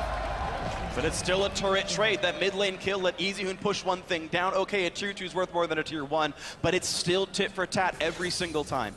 Yeah, Marin. The extra kill here. Overextending here. That should never happen. You should play passive on this side because not only does he die here, this gives Origin a tier 2 tower, something that nobody has ever done in this tournament so far against SK Telecom. This is the first tier 2 tower that has fallen on their side. That's why I really like that vision toggle by the spectator right there, by the way, because you could see Marin had no idea that Origin were still there, and it was about the amount of information that each team is giving up in this game. SKT like to play a little bit risky in that they push all waves at the same time. So they're constantly giving information on all of their champions, whereas Origin were just outside the fog of war there. You could see in the toggle, and they surprise Marin. They make him pay for that slightly aggressive or greedy move going for the extra minion wave. Yeah. Both teams trying to contest the Dragon area, and usually, if you watch these teams play so far in the World Championship, again, very focused on pushing all lanes. That means the majority of the deaths in the early to mid game are people getting caught out, getting too greedy to push that wave. We distinctly remember Bengi in mid lane one time getting caught out, Bang getting hooked twice by a Thresh when trying to push out these waves, and Origin are using the vision and SKT's greed against them right now. And punishing. And I expect there to be more of these types of picks without seeing the Tahm Kench and the Thresh in this game. These are kill supports. These are supports that revolve around making the picks, not protecting against them too much. Wolf actually even offensively using the Stand United. Not trying to save someone, he's trying to change the numbers, go for that offensive move, gain ground. This is how SKT snowball. They play so sort of greedily and risky. They try and push so many things at once. And meanwhile, pushing into the top lane, though, Marin very overextended, but he's got Bengi just behind him. This will not be a kill picked up by Origin. All is well. And Kobe, as you were talking about playing aggressively, Mithy's even gone for his second item as distortion boots on his upgraded boots mobility. He wants to hit these flash pulverizers all the time. And I think this is the correct way to play because you have a high chance of gaining incremental leads this way at a fairly low cost. But we do see it punished right there. And you have to work around the large cooldown. The cooldown we just saw, Marin burn his flash, that's something that you paid for the extra minion waves, the extra danger of pushing that far with all 3 waves. Now that they don't have it, he can't afford to make that same sort of risky play. The initial action has died down a little bit, and we had some action, but overall still 9 kills in 18 minutes. The thing you really want to watch right now is the minimap. Whenever members come out of the base, SKT always assign their members so far in this tournament to the right lanes immediately. Whereas Origin, they will hesitate. They will send Niels mid to help Expected. Turns out he didn't really need that help. Niels goes bottom. Soaz helps Expected, then gets pushed to the side lane. And that way, Origin farmed less in 15 minutes to 30 CS overall on the map because they lose some waves here and there, as opposed to SKT, who seem to never hesitate, especially Wolf. He's always there to help a poor matchup. I think that's a really good point, and we were talking with some of the guys on how the Origin shot calling goes. All of them have input, and all these guys add, information and what the ideas of where to go. But they don't have that instant reaction of one shot caller that's leading the entire way and a definitive route for them leaving. So that's where you see these small moments of hesitation. Yeah, we just saw it right there. 5 members to the mid lane. They're talking who goes where. Then they fan out to the side lanes. It doesn't really lose them too much, but it does indicate that this may be true. The thing is, though, it's a really crucial timing right now for Origin. Double item Tristana is done, and Dragon's coming up in 15 seconds. Kalista cannot match this recall timing. Riley's also done for Peke. He's got a bunch of big items. This is a power spike for Origin if they can contest this Dragon properly. It's actually an interesting first buy there for Peke, considering I would think that the Evelyn would also go Riley's.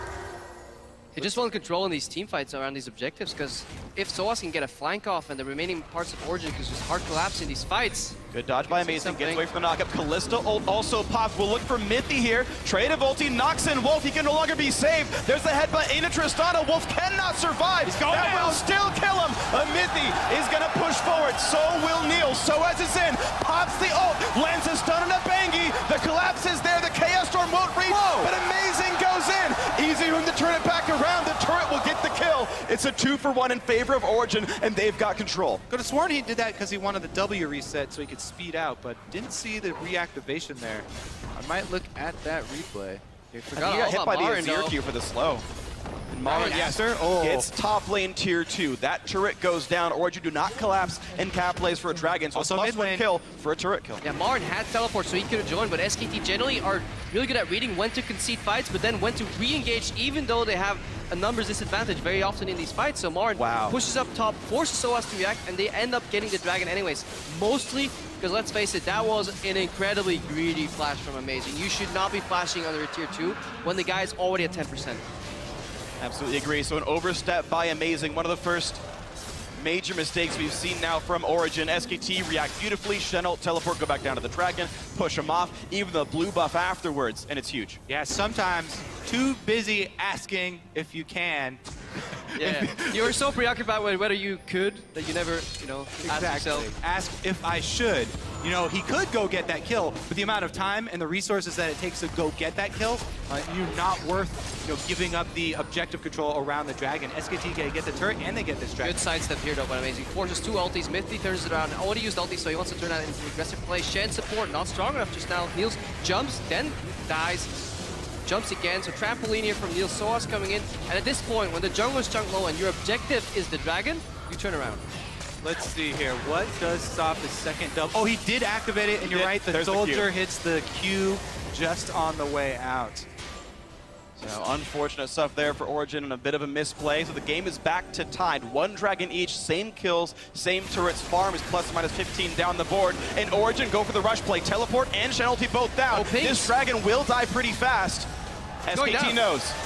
They're coming. But it's way too late for them. Gravity field's in the way. Wolf won't be there. Dragon, doesn't matter. Baron's in. 23 minutes in. They're all out safe, too. They were able to get off Baron-empowered recalls and defend all waves here. Origin can straight from the fountain. They didn't lose anything there with that call. What a comeback play. All the teleports being used by SKT to get Dragon and Classic Xpeke and Soaz. Classic Europe. Classic EU. They're able to get the Baron in trade.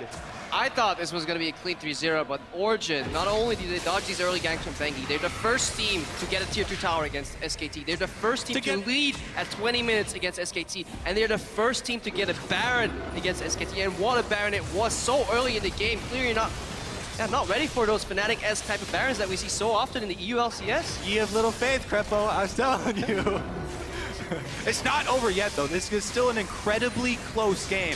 Yes, Origin do have the Baron buff, and they have a strong siege right now, but Marin looking to flank. There are plenty of deep wards here from SKT as well. So what kind of play can be made? Marin does have ulti, does have flash. He can get to his target. Yes, I think that SKT might just opt to try and wave clear here. So as has Zonius, he can peel, so can Alistar. Mithy has ult, flash, everything he needs. There is some poke coming through. Amazing is going for the flank play. Gets rid of a ward. Now he won't be spotted next time around. There's only 1 pink ward left in the SKT inventory. And mid lane tier 2 will go down. Niels is safe enough. He can turn it back. There we go. Turret goes down. Low health though. Vamp Scepter's in. He can heal a bit. Yeah, look at Marin immediately peeling off. This is generally what he likes doing, leaving his team as 4 to defend or either siege, peel off and start working on those side lanes. But Origin, they have a very group-heavy strategy in this game, and they don't care about your side lanes because they're looking to siege. right now, though. You mentioned SKT in the right place at the right time, but Marin walks top lane only to recall right away. No teleport. Bot lane already getting hit here. He's got home guards, though. You can walk fast, but that turret still loses half its health, and Wolf and Bang getting chunked as well by Victor. Now Marin's in the fight, but this turret's at half. SKT make the wrong choice to even defend. They just tried to 5-man defend mid, got it pushed down without being able to do anything, and make the same choice. Instead of keeping Marin pushing up top and trying to gain at least a little bit of map pressure back, we're seeing these very, very slight mistakes from SKT this game, and Origin are pulling it out beautifully. Yeah, props to Origin for making SKT dance to their tune. This is one of the few games where an enemy team is actually controlling the pace of the game, telling SKT, no, you can't do that. You can't get away with pushing top lane because we will take your tier 2 tower in the bottom. And Origin, fantastic map play and completely unexpected if you looked at how we led up to this series. As they said, they are not afraid of SKT. And I don't know about completely unexpected. Origin have done the sneaky Baron before. Yeah, later in the game. Yeah, well, you have to be, it just goes to show you have to be so careful against this team to leave at least 1 ward around the Baron area post 20, actually just post 20 minutes flat. Yeah, period. Once it spawns. SKT had 2 pink wards in that area that were up for pretty much the entirety of the game, so they were so comfortable with this vision. They were so comfortable playing and forcing teams to play 1-3-1 against them too, that no team really has been in the position to go for that Baron. Incredibly smart read in terms of gameplay, and honestly impressed by what Origin's bringing here on European soil. So a 3,000 gold lead on European soil. Origin defying everyone but the online predictions there. We have like a 75% Twitter vote, so you guys know more than all of us analysts so far. Of course, it is still anybody's game. Of course, it's still close. I was arguing against Crepo saying they would win a game. Yeah. Now he comes out of the shadows. Told you they were going to take a game, Crepo. Oh, man. Well, the 3rd Dragon of the game spawns in 40 seconds. It's 1 apiece right now, so all it means is turret damage for either side. Also, fun fact, Crepo made a bet that if Origin win a game, he'll do a cartwheel for every game. 6 cartwheels coming up. It will be video documented. Let's see if Origin can keep it up, though. They've only been able to eke out a 3,000 gold lead. SKT have come back from more this year. All right, Marin putting pressure in the top lane again. Niels, he ran down the mid lane. Now he has to go to red buff. He'll likely pick up that wave on top later.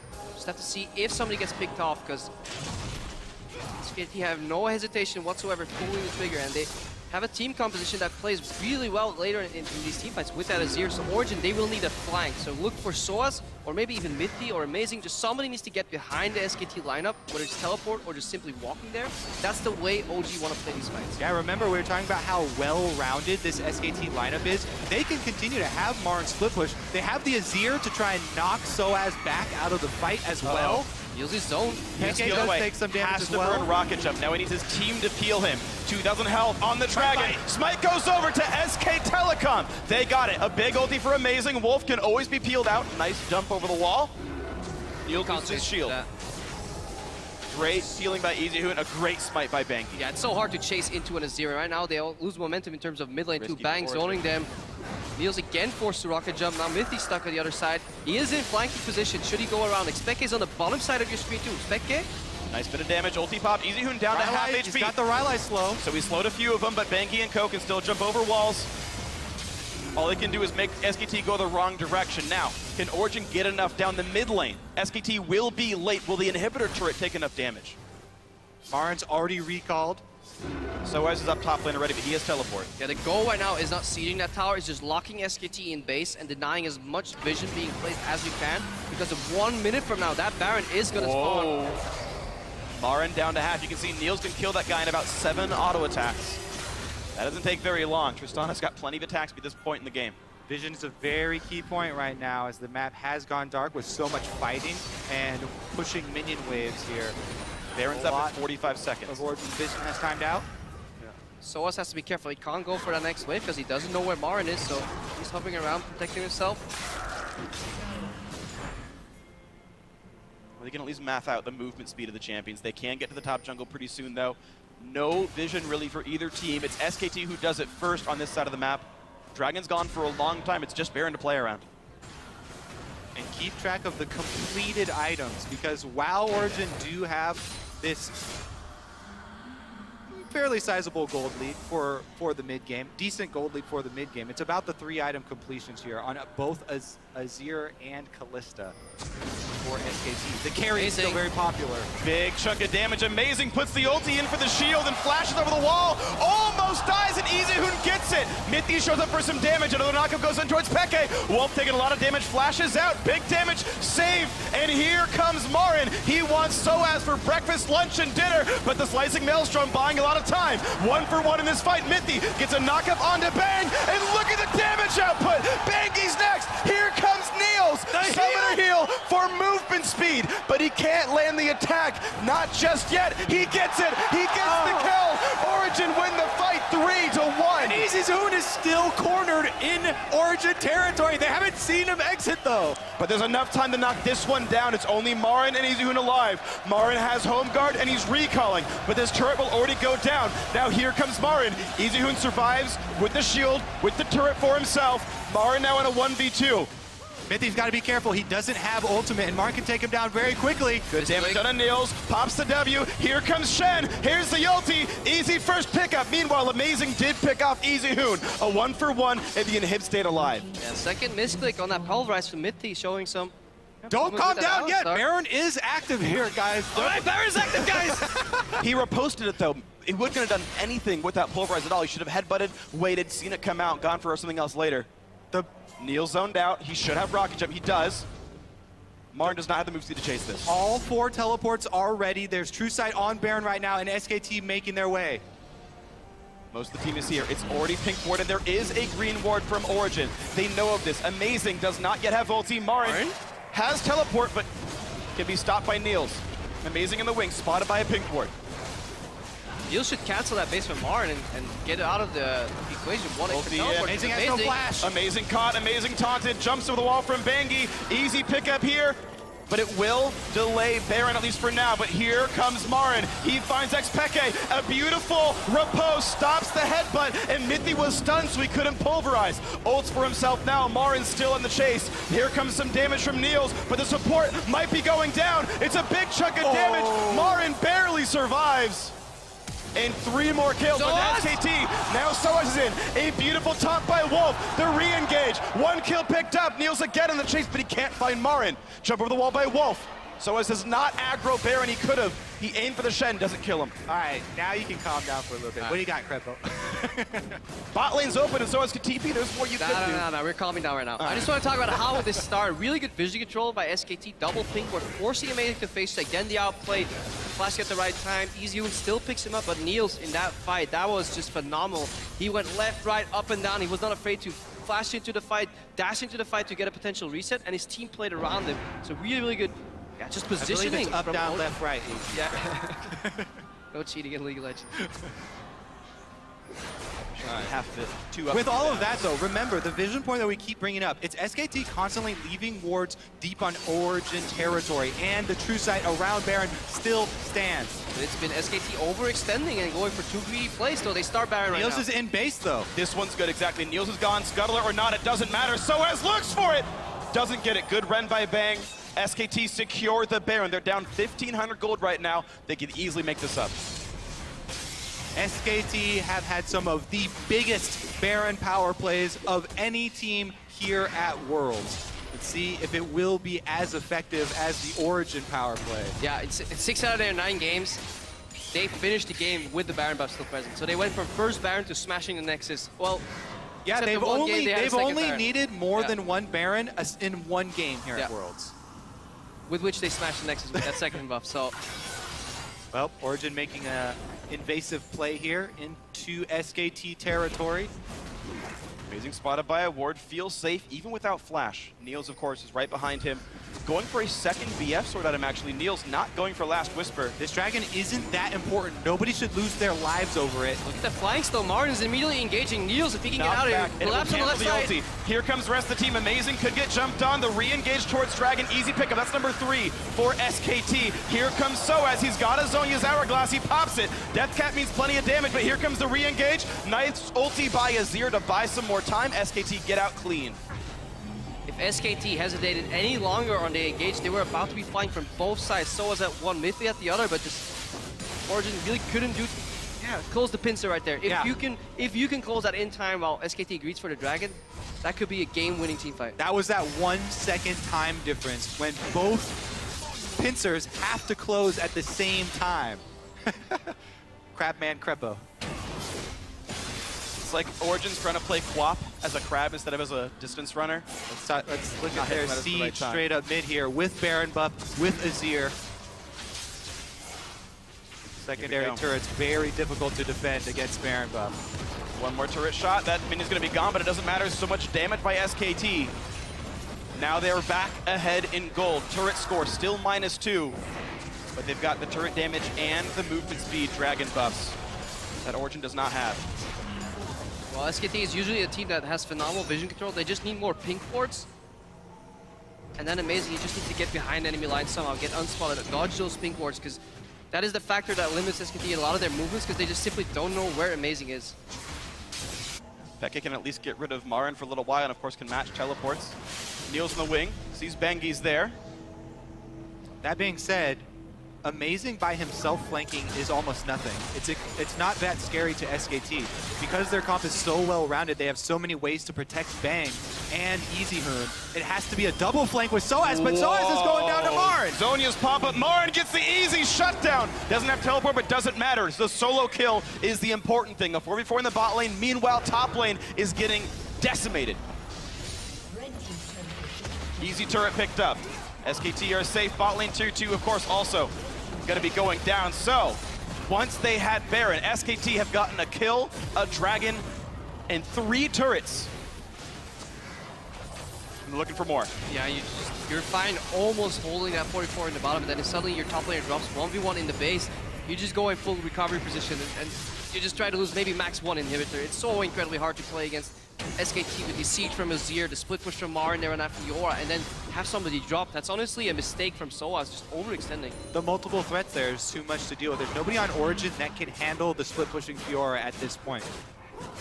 They did thwart the inhibitor pressure, still alive. They dropped a tier 3 tower there in the top lane, but if they can push out, get control of the map, maybe set up for a teamfight again. Let's see what Soaz is doing. He's in his own base. Just Marin does so much damage. A perfect repost too. It's greedy, you can't... There's no reason to do that as Soaz, because at best you're gonna poke a champion that has a lot of lifesteal built in already. So it's a play that can only make you lose. Kennan's all about the team fight here. Wants to get in the 5-on-5 for Origin and try and force something on the main group of SKT. But again, the Azir ultimate can knock him back out. Kalista can stall him. He's even just so much damage now. Abyssal Scepter in, Death Cap, the most recent addition. Void Staff probably next. And Hizihun is definitely a threat. 412 minion kills, highest in the game by a lot. So comfortable on that champion. And again, the SKT vision is all throughout both quadrants of Origin's jungle, deep even inside the base. It's just becoming a race right now for either on one side Niels with the help of Expected to burn through the front line and just get the resets going, and Easyhoon to just whack away with his soldiers and kill everybody else, and then eventually they'll meet, and Niels will need some big crits to really win that fight because Easyhoon is so much damage right now. There's already Bengi kind of cutting off one of the moves here. He's totally comfortable this far up in the lane. Plenty tanky on this Jarvan. The way that SKT push and prod you in all three lanes at once. Marin is just so good at staying safe in the side lane on Fiora. That's why he always ends up with this giant experience lead and gold lead over the enemy top laner. No hidden deep wards and no home guard teleport here on SOAS. That is the counterplay to this repetitive sieging. You just put a ward behind them. Well, there are are a couple wards here if SKT push up all the way to the inhibitor turrets. On either mid or bottom side, he has options. But of course, Marin is not even against a turret here, and we saw him kill SOAS inside the base earlier, so that is an easy lever for Marin to pull. And SKT have a very lopsided top side of the map. Silver line there for Origin is that, yes, Marin has this experience advantage. Hey, he capped out already, though. He's at 18, can't get any higher. They run out soon enough. It's a really nice way to look at your no? opponent's level 18. Oh dear. Ah, you capped yourself too early. I don't know if that really works. That's not actually a good. I don't think peeking too early works in this case, but the game is stalled out once more. Baron has ended for a while. 40 seconds only, though. The vision war is very real right now. And of course, SKT, this is Dragon 4 for them, so they're 6.5 minutes away from a potentially game-winning buff. They want to play it really slowly. Not that they have to, of course. If they clump up, though, there's so much AoE damage coming out of SOAS on that cannon, the Victor there for Expected. If any of them provide just enough damage to get a reset and the explosive charge explodes in that fight too from Niels, then it's an instant whitewash, instant ace. So you have to be incredibly careful when they do group up to get these objectives. All right, Marin on the bottom side. He does have teleport, as do Peke and SOAS. They're collapsing on him right now. Be one of them. Origin are late on the party towards the Baron, though. SOAS has to pop Zonius to get away. Oh, and ultimate. SKT can and take there's the Baron push. then. There's the knockup. He gets 2. Here's the teleport to save the team, but amazing. Taking so much damage. He's the first casualty. Banky could be next. It will be a trade. Niels is okay, and he gets his knockup kind of canceled there. Then now Wolf in the front lines, but it's already 1 kill picked up. SOAS can't find anyone to hit. Slowed down by the Azir wall, I believe. And meanwhile, Marin's hitting the base. Marin is hitting the base, so Peke must recall. But SKT could try to stop. They will not. It will be the inhibitor going down, and they re-engage towards Baron. Origin get neither going their way. Pulled apart here. Expert use of the more powerful split pusher there by SKT. At the same time, an incredibly unlucky flash here from SOAS. Goes over the wall and he gets clipped by one of the remaining soldiers from Easyhoon's ultimate, and he just trying to get there. Nope, couldn't get into that team fight with his ultimate, and at that point, yeah, Marin takes the inhib. And the Baron goes down. And it feels like part of this game is collapsing now for Origin. They had the chance of trying to surround Marin, killing him. They had the chance of rushing down a very easy-to-kill Dragon 2 with a 5-item Tristana here. They choose none of them. They take lazy, slow recalls. SKT takes the entire map, and Origin are losing this game. Easyhoon, fantastic ultimate though in that fight. Really good showing why Azir is considered such a good late-game teamfight champion. Completely pushes Peke and Niels out of the fight with no way to re-engage because you can't jump over that wall because you'll just get bounced back again. And then SKT's in full control because again, they're split pushing 4-1. Marin so often peels off and does his own thing and tells his team to just stay quiet, just do whatever you guys are doing. Don't concede that objective. Play with the necessary amount of respect, and he takes down bottom inhib. And don't forget how SKT built, even the very beginning of this game, with so much of Bengi's early attention up top, helping Marin get the lead on SOAS. Here comes the flank, though. This is their shot. One Marin shot. does have teleport. And the Azir turret is down. This is the chance for Origin to make a move. Amazing spotted on his flank. Bangi now to zone out Mithy. He's got to be careful. This Alistar could get caught out. No one goes for the taunt. No one can deal with Marin, though. I mean, Soaz is up here looking at him, but he's still taking chunks out of the inhibitor. Stun. Peke could land a slow. Another slow lands as Marin is at half HP. Now the push in. Whoa! Niels has to pop quick service Ash to remove the slow to run away. Mithy just trying to clear a few minions. They've got to get this Tristana to heal up quickly. Marin, meanwhile, has plenty of lifesteal, can get himself back to safety on this Fiora. Soaz losing health. Mid lane under fire. Should be an easy pickup there. Blue Elixir even there for the more structured damage. Amazing gets caught. Dies during the knockup. Bang is on a rampage. And inhibitor number 2 and inhibitor number 3 gonna be going down. Wolf and Bangi in pursuit. Peke goes down. The fight resumes 3v5. Soaz can't even kill off EasyHoon. He's got more shields than health bars. And everyone's dying. Neil's the only man alive. This will be the game. SK Telecom T1 are undefeated still in the World Championship. And they're 1 game of 3 in the way to the finals. Undefeated still, but Origin made it further than any other team has here at World against SKT.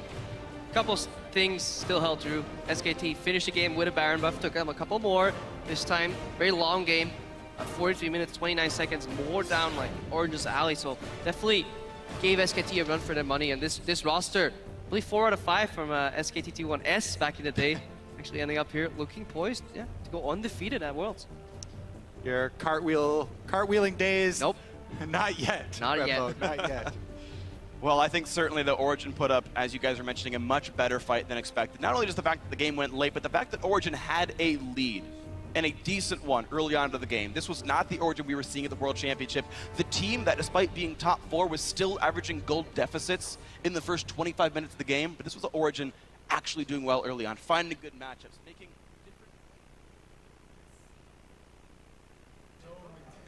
Es definitiv mega Hammer-Game. Origin hat es fast geschafft, das Part, und du hast fast richtig gelegen, ich auch. Fast. Da kann ich mir fast etwas davon kaufen. Auf jeden Fall das erste Team, das es geschafft hat, den Baron zu holen vor SKT. Zumindest mal in den Worlds. Also definitiv, Origin kann SKT die Stirn bieten. Das ist definitiv mal klar. Bevor wir jetzt zu unserer Analyse kommen und allem, haben wir noch etwas ein bisschen persönlicher Sache, und zwar 2 Sachen. Zum ersten möchte ich mal unseren 2 Gästen, die hier sind, von Swiss Gamers Network danken. Uns ist gestern alles schief gegangen. Wir haben unsere Streammaschine verloren, wir haben den Beamer verloren, sozusagen. Rest in Peace. Oder Pieces, was auch immer. Und Swiss Gamers Network ist für uns eingesprungen und hat uns mitgeholfen, das Ganze wieder aufzubringen. Das heisst, es wäre definitiv cool, wenn ihr würdet dem Swiss Gamer Network auf Facebook ein Like angeben und einmal kurz einen Applaus für die Leute.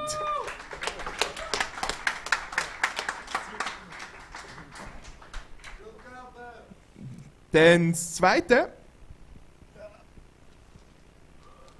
Wir haben morgen ein Geburtstagskind, wo allerdings nicht da ist und wo jetzt auch schon weg muss. Vogel, bist du noch immer? Vogel, komm mal ran. Ah.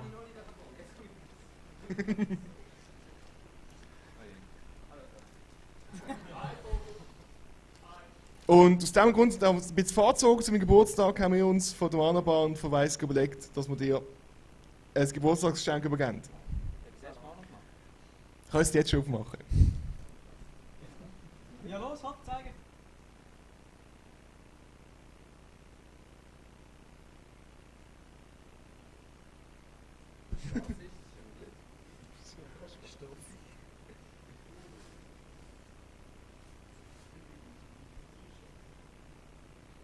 Schön in die Kamera heben. Dort ist das Vogel.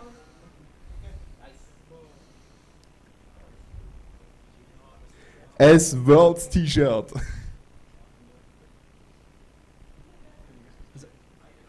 Eigentlich hätte man noch den Basel hinten drauf schreiben, gell? Muss man noch umdrehen, damit man es hinten auch noch sieht. Da hat jetzt auch noch etwas drauf. Ja, ja. Ja, einmal am Catwalk entlang. Ah. Merci fürs Kommen und morgen viel Spaß.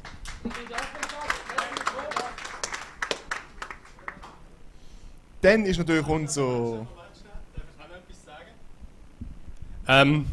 Wie ihr alle wisst, ist das der Chris. Er ist eigentlich der am meisten gemacht hat für das ganze Event. Und im Namen vom Organisationsteam von der Swiss Geeks, von der Geeks Basel, tut mir leid.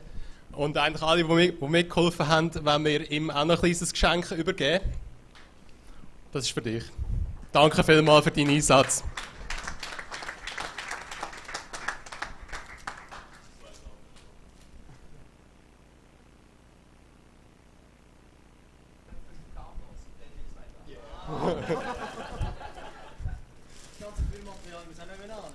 Ja, klar.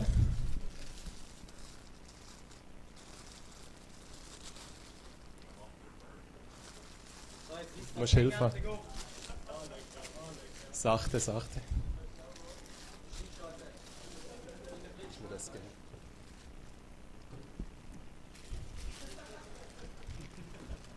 Oh. An die Kamera haben. Schön zeigen. Ui. Nice. Schick. Ja, neues T-Shirt bekommen. Also nochmal Applaus für den Chris. Jawohl.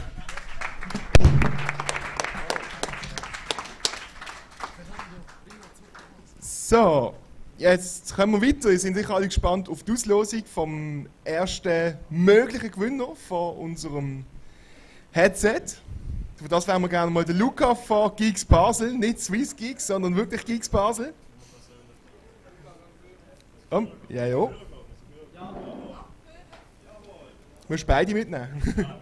Komm ins Rampenlicht, mein Sohn. Nochmal zur Erinnerung, es geht für die aus dem Verlierertopf gezogen werden, um den Corky-Hut. Ich will auch. Und für die richtig tippen, wenn dort am Schluss alle durch sind, aus denen, die richtig tippt haben, verlosen wir das Rocket Cave Headset. Das heisst, Luca, du darfst jetzt aus jedem Topf mal den ersten Namen ziehen.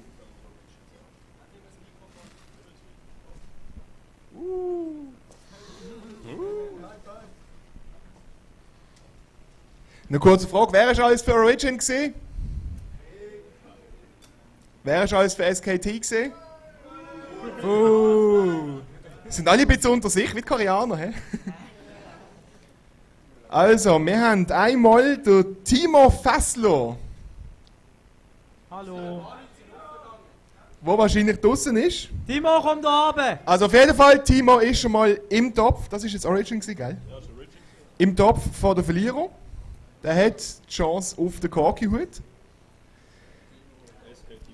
Jetzt kommt SKT.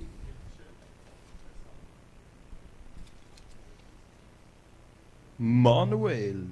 Dummer Mut. Manuel Dürrenmatt, was auch immer, auf jeden Fall, der Manuel ist auch im Gewinnertopf, hat auch die Chance aufs Headset. Also, das Tippspiel geht natürlich weiter, ihr könnt weiterhin tippen. Der Luca wird natürlich die Tipps, die jetzt drin sind, rausnehmen, dass ihr wieder frische Chancen habt. Und dann am Ende vom ganzen Event werden wir aus denen, die richtig und falsch tippt haben, Gewinner ziehen. Wenden wir uns endlich im Spiel zu, um wirklich Wichtige. Ich hoffe, wir haben noch Zeit. Ja, wir haben noch Zeit. Wunderbar. Also, eure Vermutungen, wie habt ihr es gefunden? Wie sieht es jetzt weiterhin aus? Wird es SKT nochmal schaffen oder sogar noch mehr schaffen? Oder denkt ihr, nein, eher nicht? Also ich bleibe meinem Tipp treu. Ich denke, SKT wird das heimbringen. Hallo? Hallo? Der erste T2 Tower ist gedroppt. Der erste und den ersten SK. gerade noch 3 Mal. Oh! Also das ist stimmt, schon mal das stimmt, aber sehr geil gewesen. Aber ich habe schon am Anfang des Spiels gesagt, Soas Marine ist so ein bisschen der Knackpunkt vom Spiel und man hat es auch mit dem Early Flash vom Soas gesehen, der rausgeholt wird und nachher ist 4 Minuten 50 Sekunden nachher der Gang gekommen, also 10 Sekunden vor dem Flash Cooldown vom Soas wieder.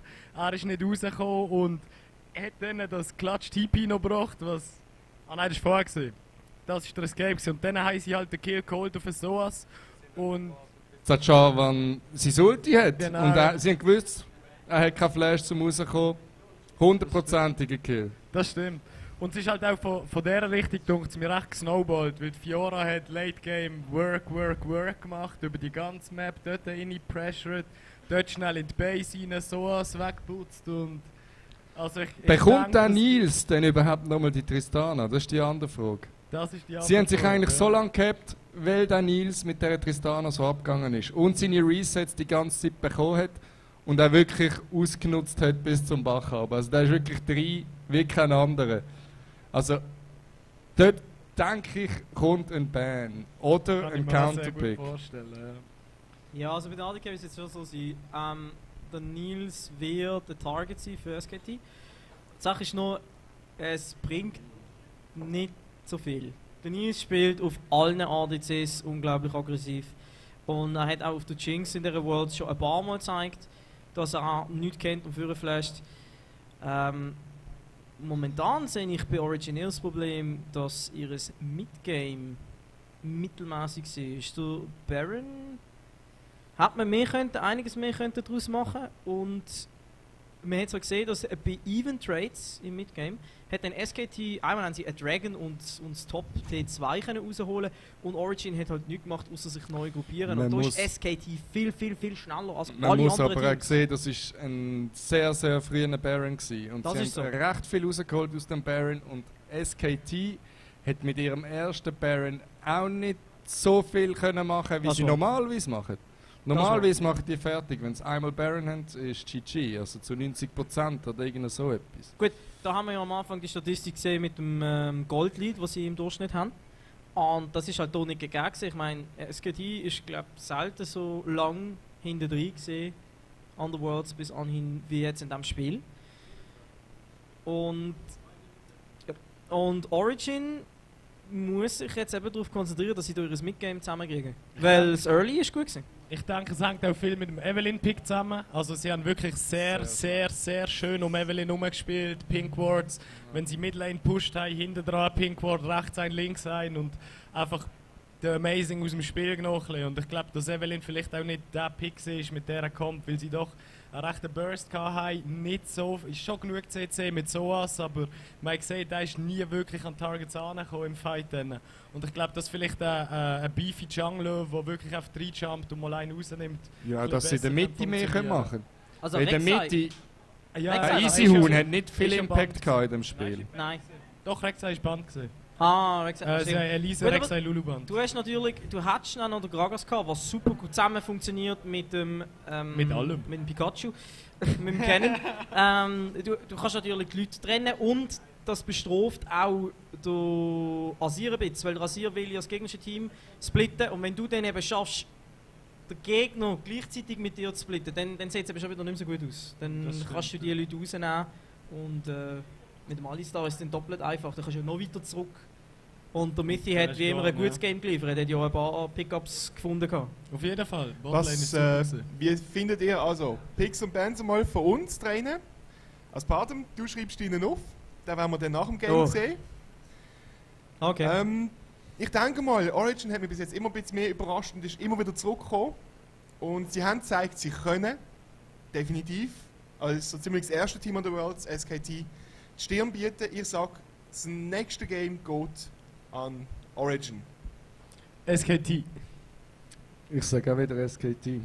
Wobei der Faker wahrscheinlich schon ziemlich gleich eingesetzt wird. Okay, damit haben wir unsere Picks. Ihr wisst wieder, bis zum First Blood könnt ihr ein Tippspiel mitmachen für Runde 2. Und ein Bit haben wir noch. Aus Gründen, die uns leider unbekannt sind, scheint unsere Abluft nicht ganz so zu funktionieren wie versprochen. Es wäre gut, wenn ihr ein bisschen draussen rauchen würdet. Das hätten es wahrscheinlich die meisten mitbekommen, weil die meisten schon raus sind rauchen, was ich gut finde. Und dann würde ich sagen, gehen wir wieder ins Game back.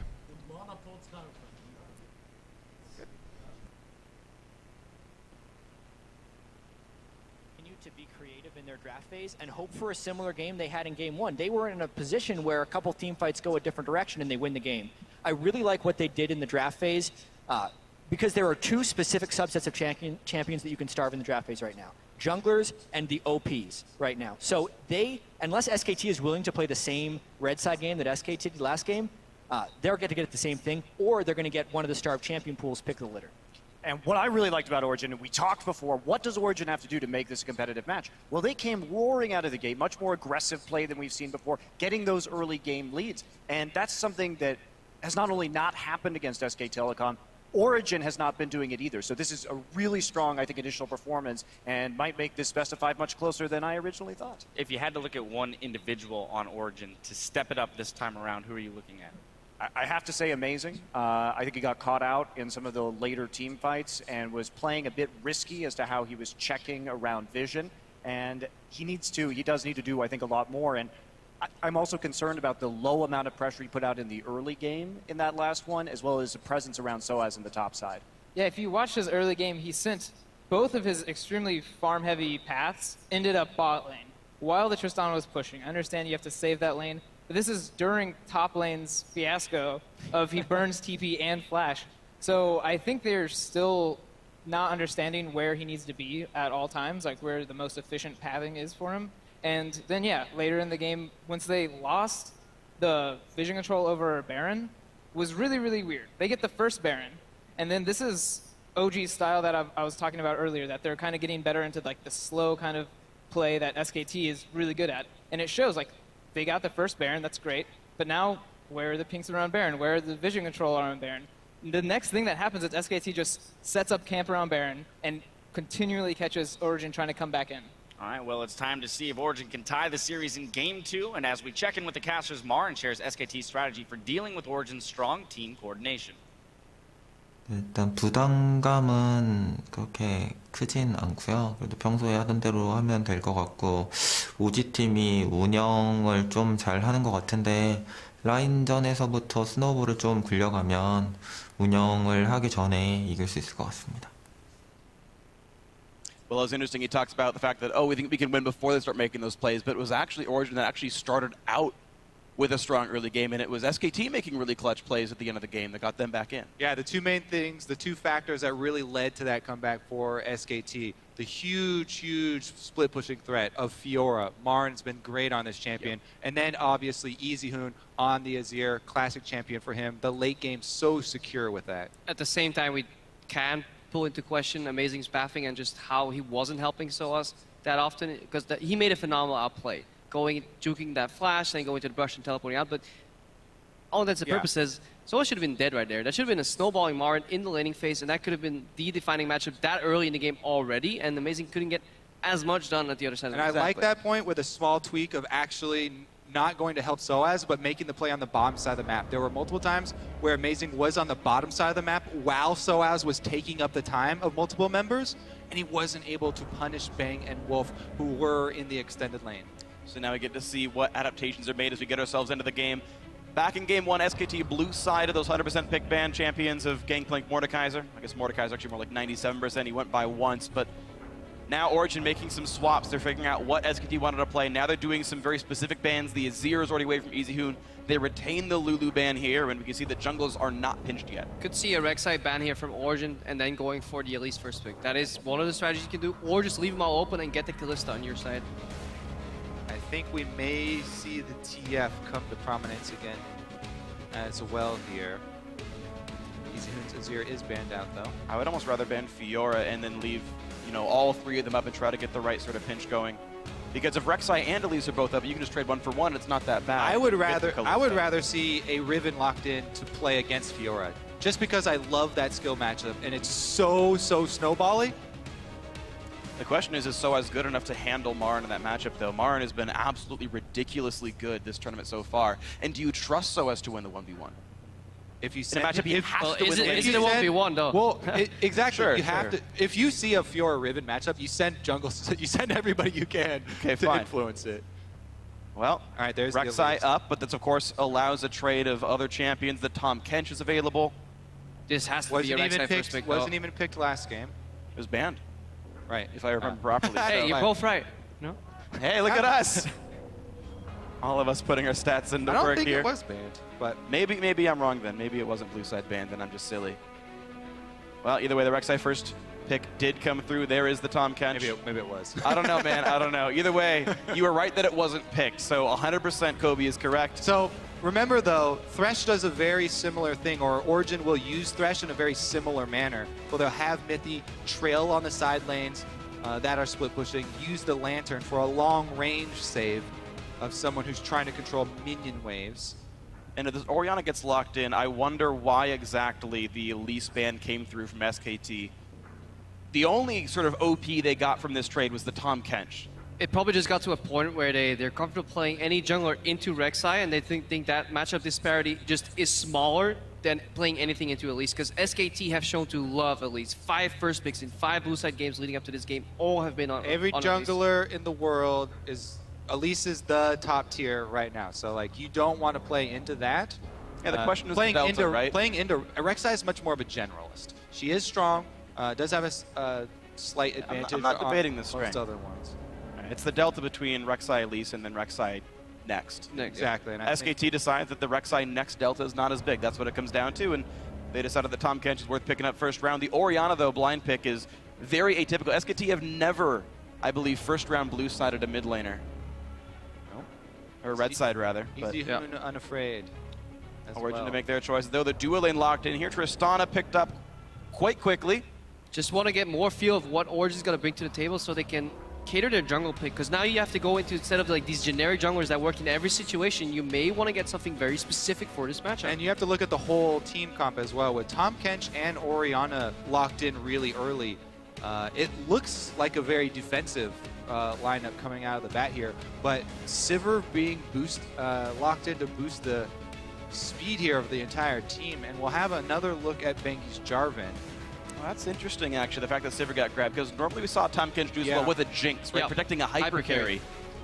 The hyper carry here is not the AD carry, it is Marin just on a top lane. This is, instead of a Jugger Jinx, Jugger Sivir composition, may just become like a Jugger Fiora. A Jugger Fiora composition where your entire lineup revolves around facilitating that top laner. A lot of the strong top laners in this matchup, in this meta rather, have weaknesses in terms of mobility. Well, that's solved. They can fall low in fights. That's solved, and you have an Orianna for these team fights later on. Also, may I say, the Kenshi is actually a big threat in himself, and speed boosting up Tahm Kench is very scary. Tahm Kench only needs like 3 stats: health, speed, and you can throw in some resistances and cooldown reduction. Just basically, and he's good to go. Speed of spells, cooldown reduction, great, more health and speed. Well, last few picks here for Origin. Will they go back to this Victor for Xpeke? He played a ton of Anivia last week. Looks like he's back to the Victor here. The Fiora will get grabbed up by Origin. No, it does go back to the Anivia. So, 2 major carries, a nice backline. Anivia can do plenty. Baby. And now SKT say, all right, well. So I do like this preemptive sort of attempt at a counter of a top lane melee carry. From SKT, locking in the Anivia and Morgana. You can do a decent amount to hinder the movements there of whatever top lane carry, but it looks like just an more early game focused, sort of base damage oriented SKT. This is what Marin wanted to do. This is the counter pick that Someday had prepared against That's risky, though. 2 Tigers, and it didn't work out. Now the Renekton does come through, so it's not quite the Riven versus Fiora matchup, but it is Renekton. Not even close. Fiora. I feel like it starts with the same letter. Completely different. You do AoE with pressing Q. I mean, this is the same flavor of champion in a lot of ways. Origin with another composition that they've run a lot before, where they just have incredibly slow game pace. They want to get that Anivia rolling, and then later in the game, they can start kiting in the team fights in the mid game. That's what they use the wall for, the bindings, the black shield. And then in the late game, once they start sieging, this is an incredibly hard to defend against siege composition, because later, like I'm talking 35 plus minutes, wall on one side, ulti on the other, and Tristana only needs 5 seconds to tear away at your tower. So Origin with some tricky team fights here. But if SKT can close the gap, catch Xpeke with a single CC, the fight can turn, and they do have the tools to do that. Yeah, and I feel like SKT do have an early game oriented advantage as well here versus Origin. Anivia takes quite a while to scale up there, and Renekton right out of the gate is going to be huge. To your point, Freak, the one real big similarity there is the riposte versus the stun that's hard to see. Renekton's stun is not telegraphed very much either, much like Riven's, so that is the really difficult part of this skill matchup. You have to guess. You have to guess when the stun comes out. And it's the really entertaining part, because then you get into the mind games of how early are you going to throw it out. Because after you throw a post, if you don't hit it, Renekton will punish you severely. He will punish you. So we'll see if that punishment happens, guys. And you can let us know if you think it will as well. As always, tweet at LoL Esports, hashtag SKT win or hashtag OG win based on which team you think is going to take this one home. But right now, SK Telecom T1, 10-0 in the World Championship. They're going for win number 11. Origin want to win this one, make it 1-1. Yeah, and then just an interesting matchup in the bottom lane too. Tristana playing against a Spell Shield, playing against the Tahm Kench. Devour can deny the explosive charge from doing damage if you're in Tahm Kench's belly. But at the other side of that matchup, you have Black Shield, and Tahm Kench only gets online once you get 3 stacks. That's when you get a super easy Black Shield to deny any of the effects, Devour or Tongue Lash. So meanwhile, we have a lot of champions toward the top side of the map here. Morgana moving in for the Tri-Bush binding. He can throw it blind. Oh, wow. By chance, Marin walks forward. That would have been a flash down. And maybe even a kill if Peke landed Q. All right, round 2, boys. Marin's a genius. Whoa. Faked him out. Well, they actually kind of have a bit of surround on Wolf and Bang, but is the cooldown back up, though? Binding is going to hit Wolf. They're going to land the stun for Nivea as well. Marin buys some time, and SKT walk away. No summoners lost. No counter wards though. There's nobody infiltrating Origin's jungle. So right now, Origin is the team getting deep vision. Marin moving in again. They land the bind into Peke. Oh, and the stun lands. Exhaust is there. There's a flash by Marin, but it's not going to be enough. He will go down. Niels is going to get it. First blood to Origin. What a level 1. And this is why I love Niels. Any other player would finish him off with a hit. Niels knows it's going to happen anyway, so he starts taunting Marin. Just hashtag just tilting, boys. I would have liked to see the flare as well, but that's just bonus points. Well, for the second time ever in the entire month of October, SKT have given up first blood in professional play. And now we're going to start with another aggressive jungle invade by the OG squad. Looks like they're going to find the top lane up top for the 2v2 as well. Can Mithy stop the Krug, though? Because Tristana did get the first blood, but it looks like they've gotten away. Oh! Hits Wolf, though. With the Krug there for SKT duo lane. But it's a matched lane with Wolf incredibly low and the rest of his team nearby. And more importantly, you have a potion advantage. 3 potions here on Niels picked up in addition to that longsword, because yeah, he flashed for that kill. He needs to get level 2 so he gets a jump. Binding hit Back Bang, goes wow. Spell Shield, but Should have been hit Wolf. You gotta wait with that with that Devour too. You can't do it too early, because then once you throw him out, it'll still do damage. So perfect timing there from Wolf. Good aggressive play from Mithy. And looking for the knockup there, Amazing has the red buff. Of course, everyone knows where those guys started. Amazing showing in mid lane here, though, as he crosses from red to red. So Bangi knows that he has nothing left in the upper quadrant because his duo started the Krugs, and he saw Amazing go across. So let's take an eye on, keep an eye on Bangi here to see how he reacts. This is one of the most difficult points for a jungler, when you know you've been counter-jungled on one side, and you know that the enemy team knows it as well, and they're going to be defending against it. He might make a beeline to try and take away Origin's blue side, but that's so risky since his top lane is getting bullied here by Niels and Mithy. Yeah, if he wants to go for that play, he needs Easy pushing in the mid lane, because Niels and Mithy pushing in the top lane, that could be a 3-man collapse there on that blue buff, setting him so far behind. Speke is showing. He's a good Nivea player. He winning at the same time. The other thing that you can do is level 3, Jarvan. He can go for a gank. He has all the abilities necessary here. No flash on Niels, remember that. Black Shield just went down, so he's down for another 10 seconds. Niels does have a rocket jump. Bind on Wolf, has to pop thick skin. And all as well, but Bangi's still around. Looks for the knockup onto Easy Hoon. He's going to flash away. And now comes the attempt for Bangi. Won't find a thing. Amazing should be getting really far ahead right now. OG knows this is coming. If Wolf walks up on this amount of health, just in the lane like that, going for a trade, you know you're about to get ganked. So Origin playing the necessary amount of respect. And yeah, SK trying to brute force a gank here for their bot lane, something they generally don't really do. They play around Marin. Interesting. Amazing actually showing himself, giving up more information mid, but Bangi takes that opportunity. He places a ward on the blue buff, and he has Smite available. You can go for that really tricky Smite steal, but oh, he already stole it. Nope, that was his that timed out. All right, he's just going to leave him, and they just track Amazing. So Amazing is getting that lead I was looking for. Bengi just spent all that time literally killing nothing. He didn't kill the Gromp. He didn't. Scuttle Crab. Oh, okay. He got sorry. He got a Scuttle Crab and a Trinket Ward. All right. Meanwhile, 2 camps over 2. Amazing. Marin back in the lane. He burns Summoner Teleport to get into the lane, keep himself alive. But look at this. Bang is alone up here. Just kidding. Bangi's there. Mithy's got to be careful. A great flash. Yep. Not so much alone after all. Great Boomerang Blade. Bangi down a half. Yeah, Mithy really regretting putting down a torment and soil that deals absolutely no damage rank 1 right now. Yeah. And then getting tower aggro.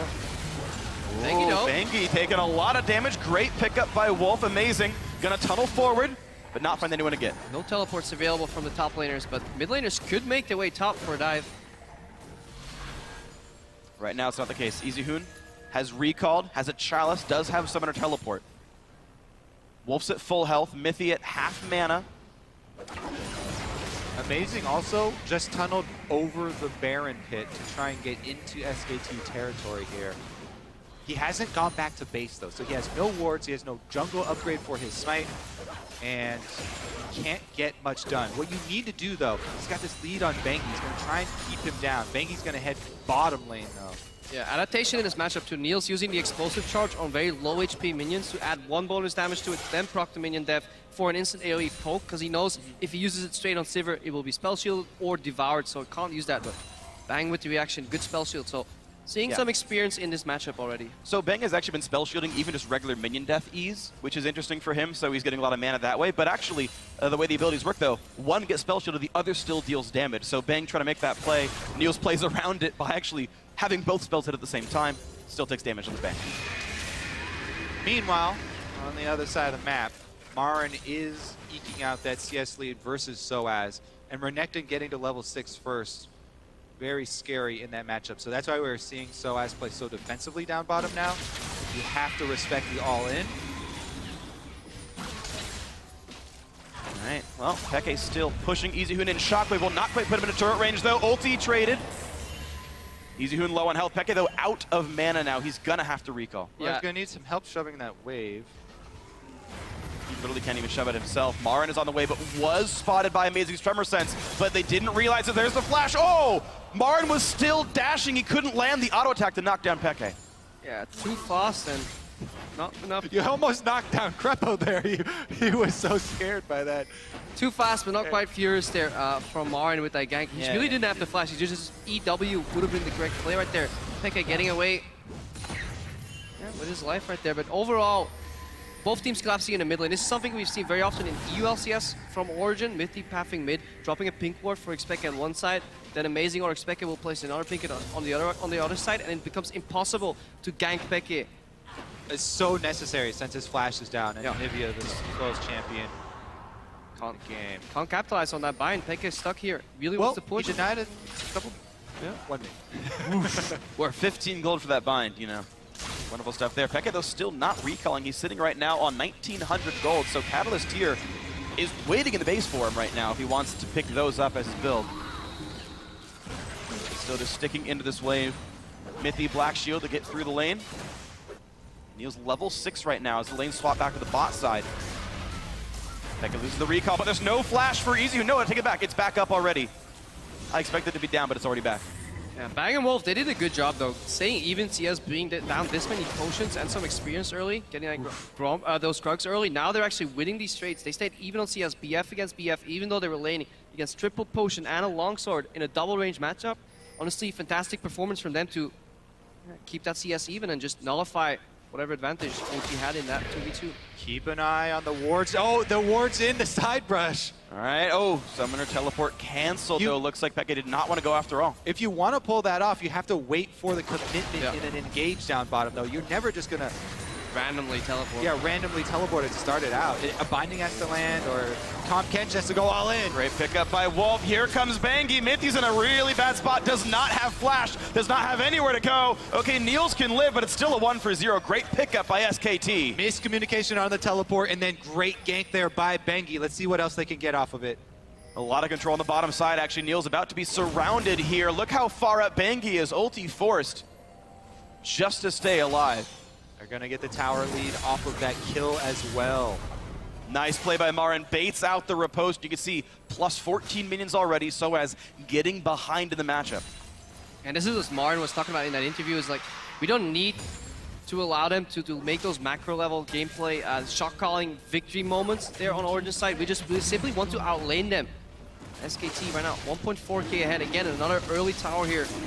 And taking a dragon to boot. And that's what we expected from Origin, just playing slow, steady, farm up for late game. But a team as smart as SKT will punish you for that eventually. And look how quick they're even playing. Land the smite, walk back to mid lane, let Sivir finish it off, make sure these waves are under control, and look at this, amazing. Stalking Marin through the jungle. Marin had ulted to hold mid lane, I believe. Looks like they are prepping for the dive as they send Mithy up as well. Turret's plenty healthy though. Summoner teleport up for Easy, who he can defend Down Marin for here. No ulti on Marin. Amazing will pull aggro. Here comes the teleports. Here comes a ton of damage. Holy cow, he's already gone. Amazing. Does flash to get away. The heal helps a bit. And Izuhun did cancel the teleport. Yeah, so both mid laners failing teleports on side lanes here, and it is equalized. But the big rotation from SKT, they were already in transit with the duo lane, so the tower doesn't go down afterwards. SKT hold on to their objective lead, and Soaz has to... He has flash though. A nice black shield stops the knockup, so it doesn't even have to flash away. There's no chance to kill him. There's not enough magic damage in the kit to break the black shield. Yeah, good play there for Origin, just preserving the flash on Soaz, relying on the black shield against the Tahm Kench. And it was actually Expeke that cancelled Easyhoon's teleport in the mid lane. He got stunned out of that because signature move, you're gonna dive top. Well, Expeke, all he has to do is find the Hoon, stop his teleport, because he himself can't follow. Yeah, not that big a deal. I think Easyhoon wouldn't have been able to get much done up there, but the blue steal is very important against Anivia, denying that resource from Peke in the mid lane. He does get the shove into lane and might be able to wall off Easyhoon from one minion wave, though. It is good against Anivia, but let's not forget Peke. Whoa, this here. Nice play though, force the flash, still lands a stun, amazing. Oh no! Overextends, he's missing flash. Soaz gets some damage in and all is well, nothing too bad picked up, but now look at the bottom side. Soaz has teleport. Marin once again being attacked. Here comes the aggro. Wow, a big minion chunk gone, and Mithy had aggro. A nice double slice and dice, more slows in for the team, and they just keep stacking everything in, but Wolf is here for the save. Soaz maybe went a little bit too far, all is well, man saved. Peke meanwhile turned into an egg, and the push comes in, but Amazing is here! The two-man knockup trades onto Bang, mid laner for AD carry, and Amazing still in the chase, but no one's around to make this still happen. Mithy are heading up, but fairly far away still. Amazing taking more damage than he probably needed to. The unburrowed range nerf right there.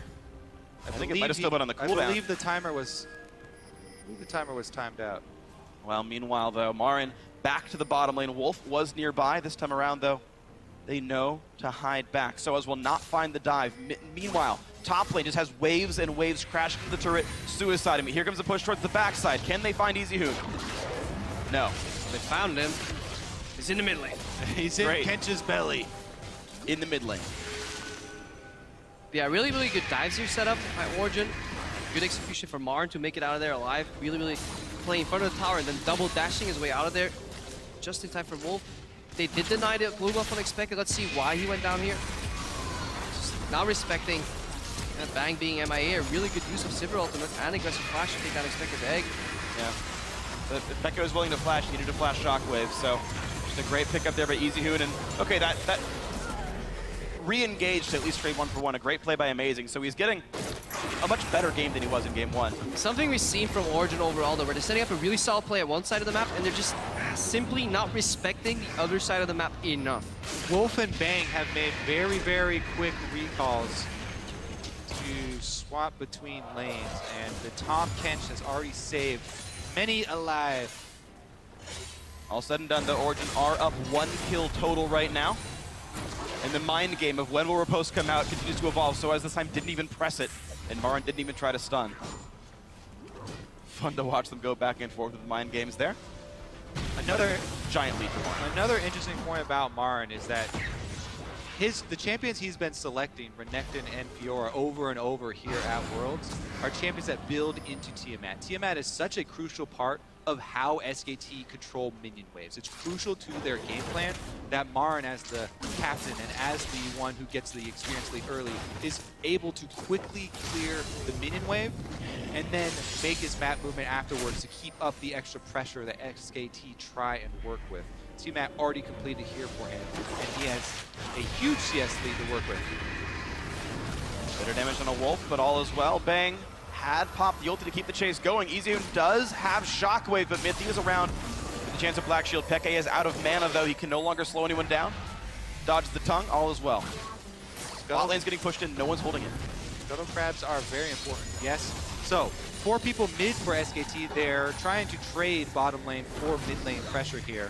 And with Peke out of mana, I think they'll be able to make the trade. Yeah, look at the hesitation from Niels. He tapped actually away from that bottom lane tower into the triangle, saw the pink ward, doesn't have time to kill it, now returns back to the bottom lane. And this is the key difference that we've seen in these teams. Incredibly decisive map movement from Origin overall and SKT.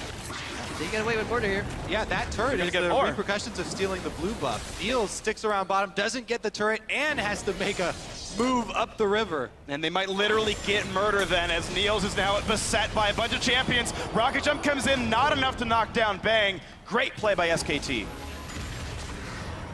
Set, little bit of extra pressure, chain reaction. Starting 5 minutes ago when they steal the blue buff, continually attack mid to burn Peke's mana, get him out of the mid lane, no wave clear, and they're able to get multiple objectives off of it while keeping all of their outer turrets up. Yeah, and this is why this Tahm Kench pick fits so well in SKT's playstyle, and especially in this composition. You have a top laner that likes being alone 1v1 in the fight. You have a Sivir that is utility AD carry that likes split pushing waves, rotate quickly between lanes. Tahm Kench can show up behind these towers and really find yourself in positions where you usually don't expect to be ganked from. Really quick rotations, really quick pickoffs, and that's the way SKT likes to play. Open up the map, 1-3-1. Wolf, he's somewhere in the middle. Early game with Shen, that's what he wanted to do, defend against these picks. Now he wants to make them with the Abyssal Voyage. And think about it, these champions all fit the same thematic, and in this game, SKT was willing to trade away that Rex side. And yes, Amazing's had a better game this time than in game 1, but look at what Wolf has done. He's saved multiple teammates now with the Devour. He's made at least one pick now with that ulti. And here we go again, easy dragon pickup for SKT and trade for top turret. They still have time on Origin's side though. By no means is this gold lead that important. If you can keep it within the 2,000, 3,000 margin, you have Anivia with the incredibly well-scaling late game build, really good kiting champion later on too. You have Niels who will scale at least even with Bang, and then Fiora will most definitely outscale Renekton. So SKT, they're playing on a bit of a clock. Anivia also is troublesome for Sivir as well, as far as AD carries go. So if Peke can hold his own, he is keeping up in CS while giving up turret ground. And it's a really late game scaling team, of course. Tristana, long-ranged, high auto-tech uptime, and Nivea stacking up both tier and Rod of Ages, so a lot of room to grow, but with SKT being so good at closing out games, they are ahead. This is risky for Origin.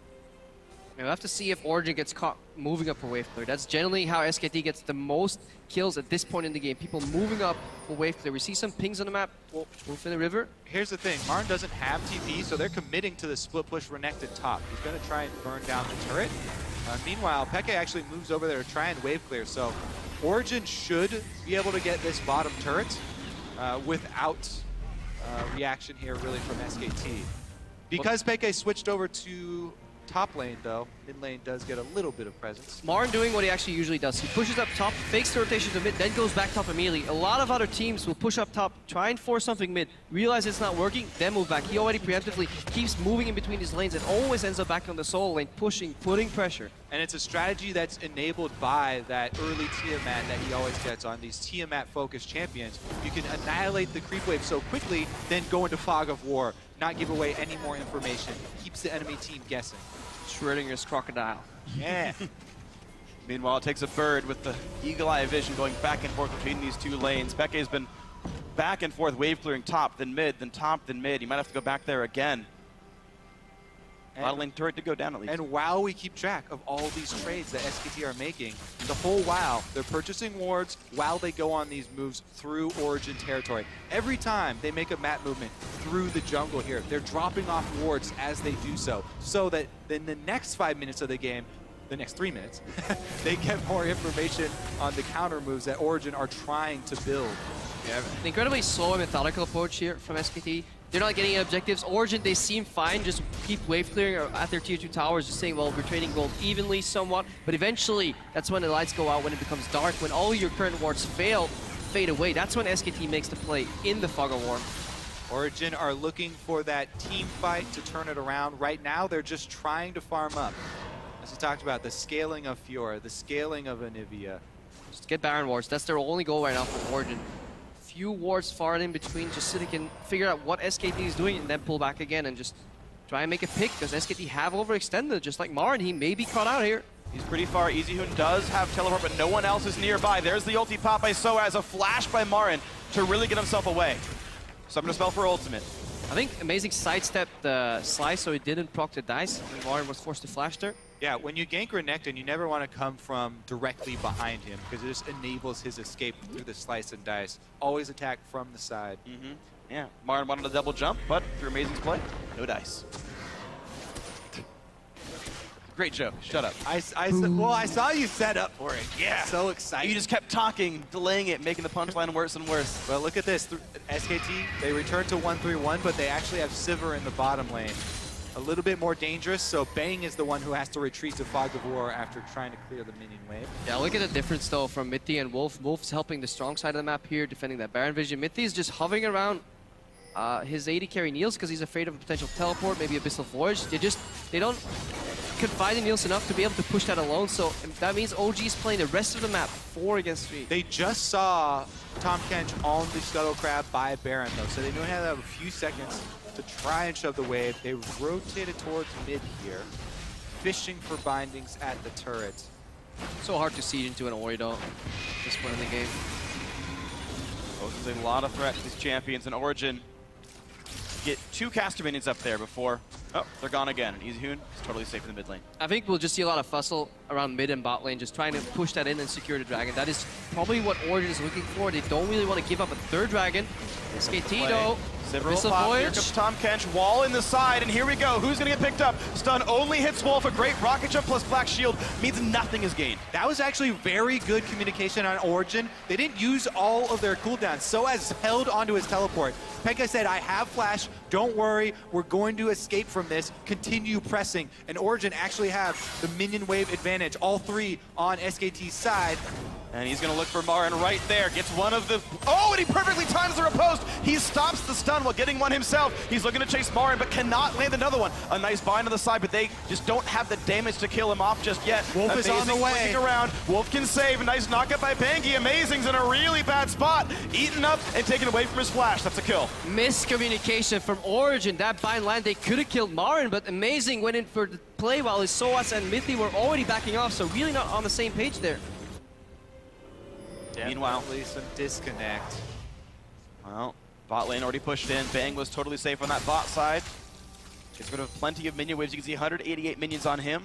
2 item spike already there for the Sivir. And let's watch this again. Soaz really good identifying that he's first to fight Marin here. He has the minions in case Marin wants to trade. He has his team coming up, and just keep your eyes on that binding from Mithy, if that's communicated or not, because Amazing really wants to go for this dive. This bind lands at this point. Soaz could be diving Marin. Also, Kench is trailing Amazing, but he's burrowed, doesn't see him until it's too late.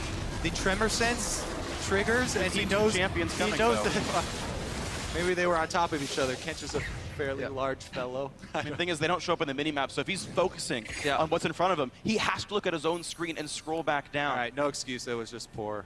It was just a poor. Yeah, just a tiny misplay. That's what we've seen from Origin before. They execute a lot of strategies in the mid-game decently well, but then they make this minor slip-up, whether it's some hesitation, face-checking a brush here. So us, nope. Origin this time. Oh, but he didn't realize he was there. It was only Marin who was hitting it. Wolf is around. Here comes the binding. He's going to miss, though. All the spell shots are going to whiff. Just cover fire. Bang's around on the backside. Of course, Bang does have ulti. 2-1-1 on him. Good start, another fight. Top side, fairly similar items, and despite the fact that Marin had 2 deaths, he's got so much farm. Soaz again looks for the fight, will land the grand challenge all the way, but look how little damage he actually dealt. The lack of farm hurting him here. And the rest of the team is coming. Here they come for the fight. Wolf is low, but has the gray health. Niels will go down to Bang, takes the wrong state, and oh, it's gonna get worse before it gets better. 3 kills already. It's gonna be 4 before long. Amazing. He's gonna tunnel away. He will survive, actually. And now Bangi finds the dunk. Xpeke is in a really bad spot. No flash. Shockwave's gonna land. It's gonna be 4 kills easily for SK Telecom T1. That is such a huge swing. That is so difficult to come back from. This is going to be a Baron on top of it, and then SKT are going to take a commanding lead here. Peke had actually started to move up the river first, but didn't pull trigger the teleport. EasyHoon just teleports right in there, and they cut off Origin as they're trying to come in and help. Problem for Origin is they're trying to get rid of this split push situation they're finding themselves in by collapsing on Marn first. This is not the first time we have people collapsing on Marn. Look at Amazing and Mithy on your minimap. The problem is, if you force SKT to play on 2 lanes or just a single lane, you will be caught into a team fight. And you look at Niels right here. He's pathing through the brush with no vision, focusing Wolf. Bang!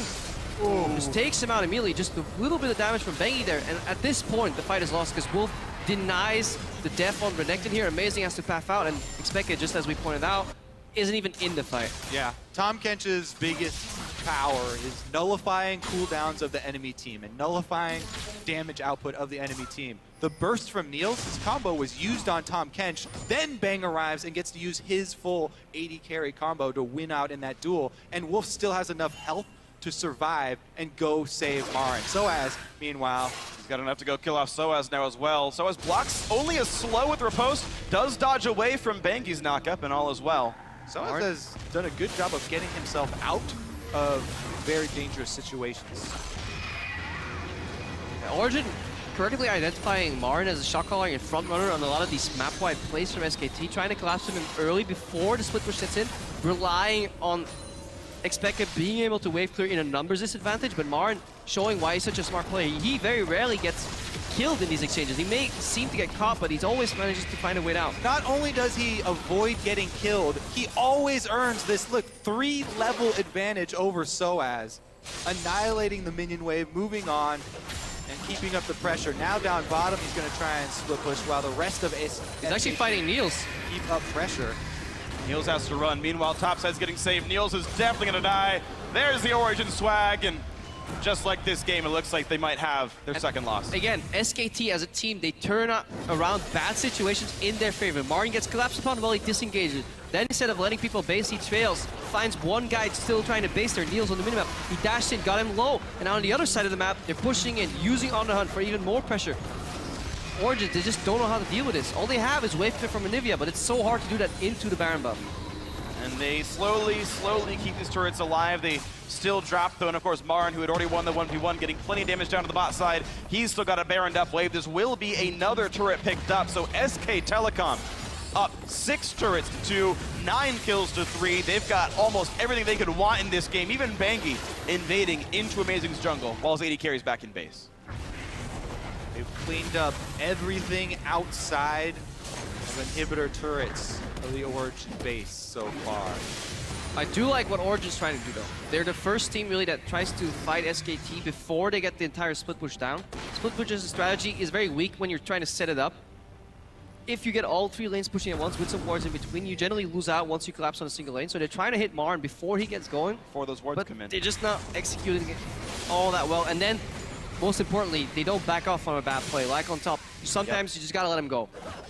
Don't do that. And of course, part of it did go well, right? Marin started out 0-2-0, but as you mentioned, the misplays. Now he's 2-2-1. Marin was always up in CS, even with all those deaths. He was routinely outlaning Soaz, and Kobe, you talked about picking for a lane matchup to hold down Riven. Maybe Soaz would do it. This time, Marin's doing it, and yes, he won the lane matchup, and this Fiora, down 3 levels, can't win the one-on-ones. Origin's main goal right now is just holding on, making it 10 more minutes into the game, trying to wait for the scaling. Fatigue your opponent. Almost a 5,000 gold Baron power play, this one from SKT. Dragon stacking is going to get to be a problem as well. So Origin, the timer is ticking. It's very difficult for them to hold on because SKT have been diligent in keeping up the dragon stacking as well as the lane pressure. Number 4 going to come very, very quickly here. This one will go uncontested, and Origin may make a stand at number 5. A patient player by SKT, pushing all lanes, warding in between, they back off, and they get another dragon uncontested. So Origin, yeah, waiting for that 5th dragon, maybe sneaking a Baron fight somewhere, trying to pick somebody off. But it's getting incredibly hard in these team fights to start winning them. The shield's coming out from Easy. If that's on cooldown, you still have Devour. Because of the fact that they're actually trailing ahead in gold, Marn is not losing this late game matchup for Fiora into Renekton. So it's very hard to find a win condition right now for Origin, other than a major mistake from SK Telecom. And this team is not known for major mistakes. SKT, so good at closing out their games. Dragon 4 picked up already, so another minion wave clears even faster. 50% bonus damage to minions for Dragon 4. Bangi starting to really push forward. The wards, very good from SKT right now. Many down to that bottom jungle. Starting to come down to the left side as well. Amazing says, hey, you're taking away my jungle. Could you stop that? Bangi says no. No, I'm not gonna leave around the most annoying jungle smite. SKT take over the Wolf Wisp. Bangi has been unperturbed by the Gragas global ban here. He's performed so well on this Jarvan. The jungle targeting has not been an issue for SKT at all. Yeah, 3-man knockup in the first game, really winning one of those fights there. Origin right now, they're grouped. If you look at animation too, Mithy forced to go for, nullification of that Silver ulti with Talisman. One more hit would do it, and the turret does go down. A flash force away from Peke. And oh, wow, the damage from Bang nearly kills off Niels, and who got a fight on the side. But Bang had already picked off the kill thanks to red buff. So as forced to flash. Boomerang Blade will not quite land, but it comes back, and Bang with dissonance will pick up that kill as well. There's a double for him. The rest of the fight continues. Peke knocked up, stops the Glacial Storm, and now that egg has nothing to do but get hatched. As he's attacked and killed. Back into an egg, back into a Nivea, dies anyway. 3 for 0. A complete stampede here from SK Telecom. Pops on the hunt. Origin already used their disengage tools to secure that tower. Wall was used, ultimate from Peke was on a minor cooldown. Then Niels is caught up running away. Niels needs to be able to stand still and trade, then maybe he can win, but if Bang gets 2 uncontested autos, at that point, all you can do is... crits. Bang has been rolling deep in crits this game. Roll the dice. Better dice than Marin certainly in this game, but he's been wave clearing down to the bottom side. 3, 2, and 1, still the ever-potent split push threat that Origin have yet to deal with all series long. Yeah, and then once you disengage, usually that's enough distance to cover. But then again, Anivia is so weak. Wall is down at this point. If they had Wall, they could disengage you. Good aggressive flash from Bang, and you got the auto crit and reset crit as well. 2 and 4. Still takes 4 autos. Ended up 50-50, but yeah, just great chase down. And Soaz can't even 1-2 on the AD carry. I mean, imagine what happened last game when Marin fought Niels. It was an AD carry with the shield there from Orianna, though, helping him a little bit. But at the same time, I like the Abyssal Voyage too against Anivia, because once she disengages, you can close a lot of distance getting behind enemy lines. All you need to do is slow her down, and that's what Wolf has been doing repetitively in these fights. Marin found himself behind. Amazing, though. Pincer here from SKT. Baron is already going down, and rapidly at that. It's down to 1,000 and an easy pickup. SK Telecom, their second Baron of the game. The first one got him a lot of turret kills. This one could win them the game. With mid lane already open, it should be easy for SKT to keep up the pressure here. Soaz actually will even have a hard time 1v1ing Bang here. Bang doesn't have summoners though, so that would be his one hope. His ward does see Wolf though, so there goes all of that hope. And he can QSS Grand Challenge anyway. We've actually seen now both times the AD carry getting QSS, or at least Mercurial Scimitar, 4th items because of the Fiora matchup. In later game team fights, Soaz will cut a wave down. That is something gained for Origin, a bit of time. But this wave must be killed if to do anything. And again, Marin consistently away from his team. Just split pushing in the bot lane right now. He took away red buff. He's always moving first to keep an additional lane pushing. Never commit to a single lane. Spell shield's down. Bang gets caught, but eaten away by a Wolf. Stun did not land for Peke. Did not buy him the time they needed. Bang pops ulti, and the team runs away. Yeah, and they can't afford to chase all the way through, make it a potential collapse with Soaz because there's so much pressure from Marin already in the bottom. Now, he's done pushing bot lane. He's TPing top. Blue trinket even used to spot him. Soaz has to take the long way around. It will buy a bit of time for Origin as the rest of the team is chasing Soaz.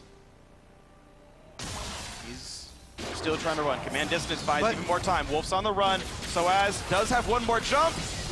Gets some damage. Gets a riposte. And he's gone.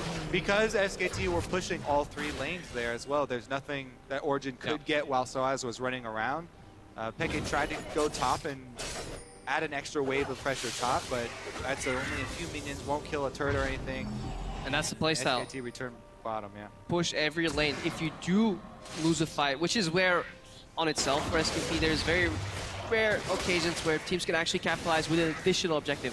You lose a fight around Dragon against that, or you win a fight around Dragon against SKT, yeah, you can take a Dragon, but almost never can you take another tower, and that's why they came into this series without having dropped a single tier 2 turret. Origin, with some creative shot calling, some really good laning phases so far, have breached those towers. They've actually gave SKT a run for their money, but still, in the late game, SKT showing just complete dominance of macro level shot calling too. You talked earlier about how hard it is to siege against Orianna. It's even worse siege against Anivia, and SKT have still managed to crack a good portion of this base by pushing those other waves down as well. So critical that they were able to get that mid inhibitor turret down, because once you have Baron buff now, it just flows right in. Also, SKT doing a good job just sieging other lanes than Anivia to never commit 5 mana to Anivia lane, because then wall and ult just get too much value. Marin consistently split pushing, and you can see so far ahead. This is Dragon number 5 that will get annihilated really quickly. Whoa! Already 1 kill picked up. Make that 2. No, amazing. Just barely slinking away, and a big wall says no thank you. But that's a Dragon 5 that goes to SKT, no problem. Meanwhile, Soaz doesn't get the memo that the team disengaged. He's going to be an easy kill. Goes over to Wolf. Yeah. Push all lanes, deny vision, and wait for the imminent phase check. And OG were forced to make this play. This was probably their best play, and hope that SKT made a mistake in their warding. But right now, Peke. SQSS, I don't believe it blocked the double E damage, but either way, Peke forced to run away. Marin now next up in the chase. A flash, there's the hit. That egg's not going to be long for this world. It will turn back into Anivia, and the question is, can Peke make the outplay? Marin, nice stun. Yeah. Can't re-engage the Q to make it stun the target. Beautiful play right there, good knowledge of the mechanics, and now the push continues. SKT inside the base, there's the dunk, it blocks it amazing. A nice shield from Orianna, still on the push forward. Origin forced to run away from their own base. Well, SKT are going to move right in then and take down Nexus turrets. 3-16, all is well for SKT. Nexus turret number 1 goes down. Dragon 5 picked up. It makes the push easy. Individual play made it all happen. In perfect unison, the swag comes out, and SKT are 1 game away from their 2nd World Championship final. The synchronized flag spam right there. Probably the best that we have seen yet as well. I've seen some really good penta icons there in group stages. Add some flavor to the dying Nexus, but overall, yeah, this was one of the signature compositions that Origin ran in group stages. A lot of success found in that Anivia composition, but many people question its use in this matchup because it plays into SKT's strengths. You go for the slow late game approach from Origin. Yeah, sure, maybe you may be good at that, but you just give away too much in the laning phase, get too far behind, and you see how well SKT plays around vision control in between lanes, vision denial mostly. Origin, they only found 3 kills in this entire game. And unlike the first one, there was no sizable early game lead for these guys. Yes, a great level 1 got on first blood, nice bindings, nice stuns and all that, but you talked about it in the lane matchup. Despite the potion and a longsword lead for the AD carry, despite a bunch of health in the advantage, SKT still held equal or maybe even won that 2-on-2 lane. Bot lane turret actually pretty much died at the 2-on-2 once the swap came in. You saw Marin yet again crush Soaz in the lane, despite Origin ganking twice. That Renekton was 0 and 2, still up 80 minions, still up 4 levels, still winning the 1-on-1. Yeah, there was one key matchup where, or 2 critical moments really of Origin just going a little bit too far in both these games. One time, Amazing going for a dive on their tower. This time another dive that went wrong, I think where Amazing made the right play, but the binding from Mithy wasn't communicated well enough when they were trying to kill Marin under his own tier 2 tower in the top lane. You can't afford to make those mistakes, man. Not against SKT. When you're against one of the best teams in the world, little mistakes will kill you, and it did in that one. So to break down that 2nd semifinal victory, let's send it back over to Dash.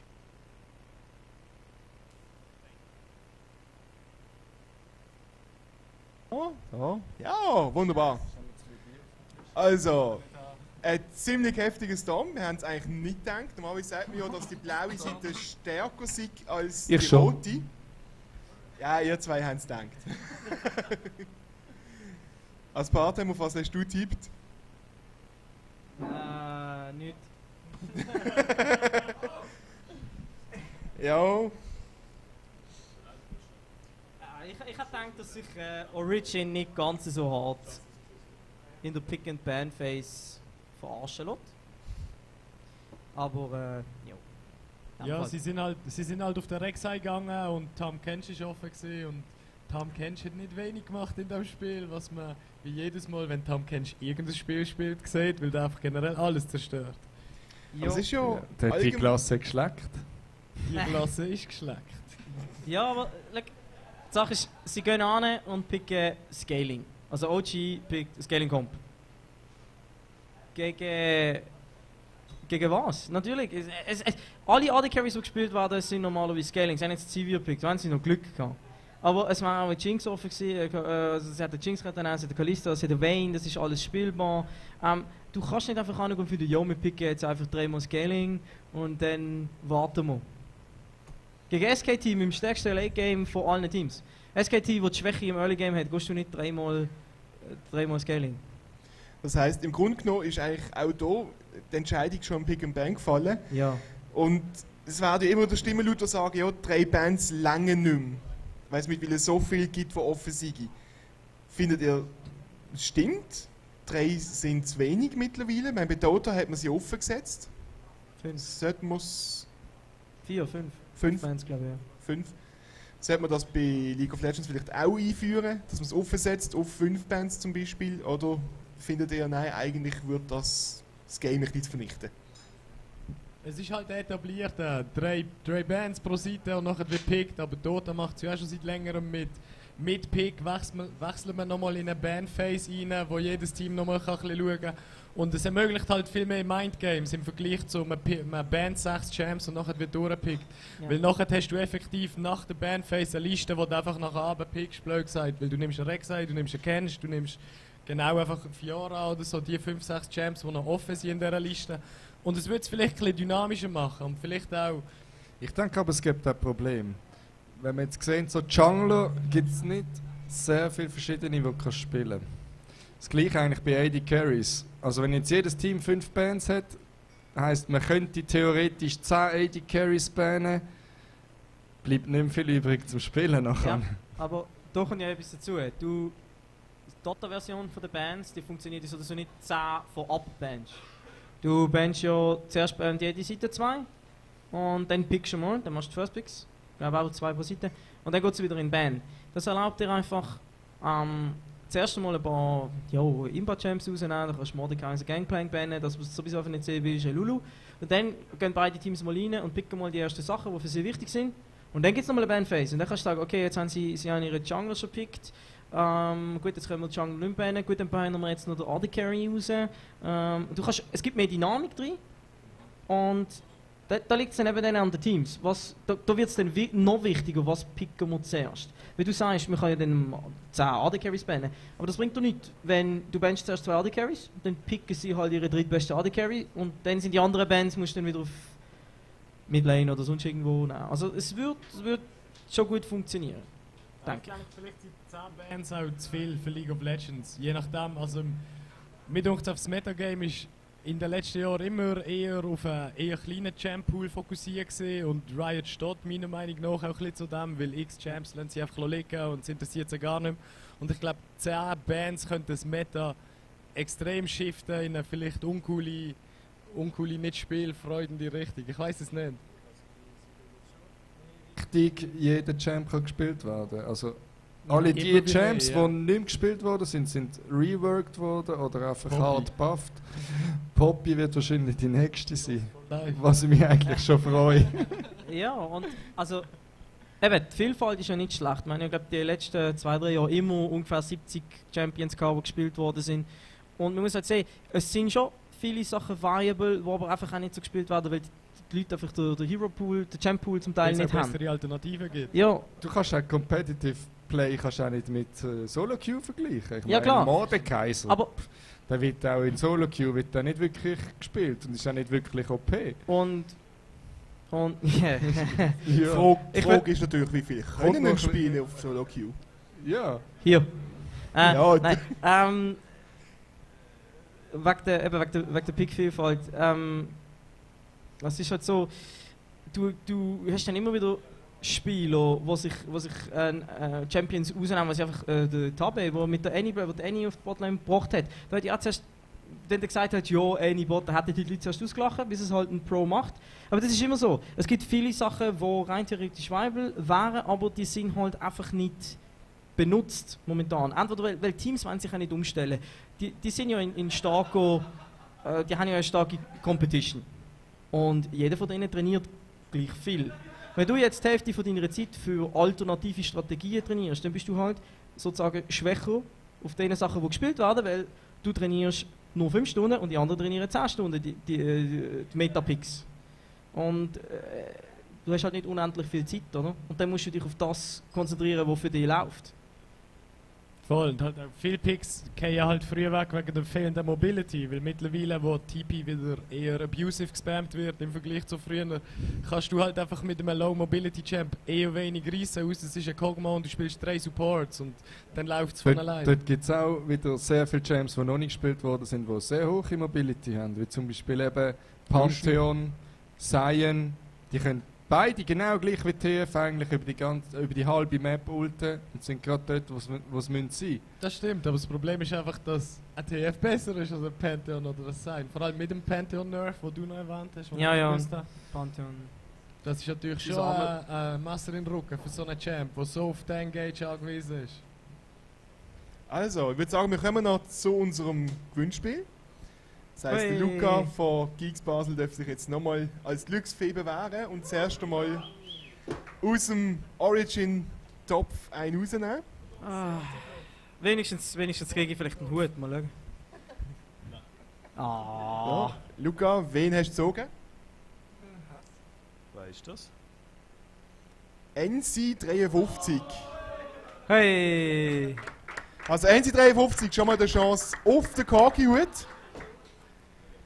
Und wer bringt sich ins Rennen hinein für unser Headset? Daniel. Daniel. Weißt du, Daniel? Händchen auf. Am Rauchen. Nice. Okay. Den Zettel brauche ich noch. Daniel Zettel brauche ich. Also, dann würde ich sagen, schalten wir wieder zurück und freuen uns aufs dritte, eventuell letzte Spiel. Predictions, stimmt, Predictions. Ja, ich glaube nicht, dass SKT es schafft, 3-0 aus dem Game rauszugehen, deswegen bleibe ich bei meinem Pick. OG schafft es das mal. Die SKT, die machen den Sack zu. Ja, also ich würde auch sagen, das Glas ist jetzt schon schlecht. Dann machen wir es jetzt anders. Ich probiere jetzt umgekehrte Psychologie. SKT gewinnt und deswegen gewinnt Origin. Okay. In dem Fall, let's go next game.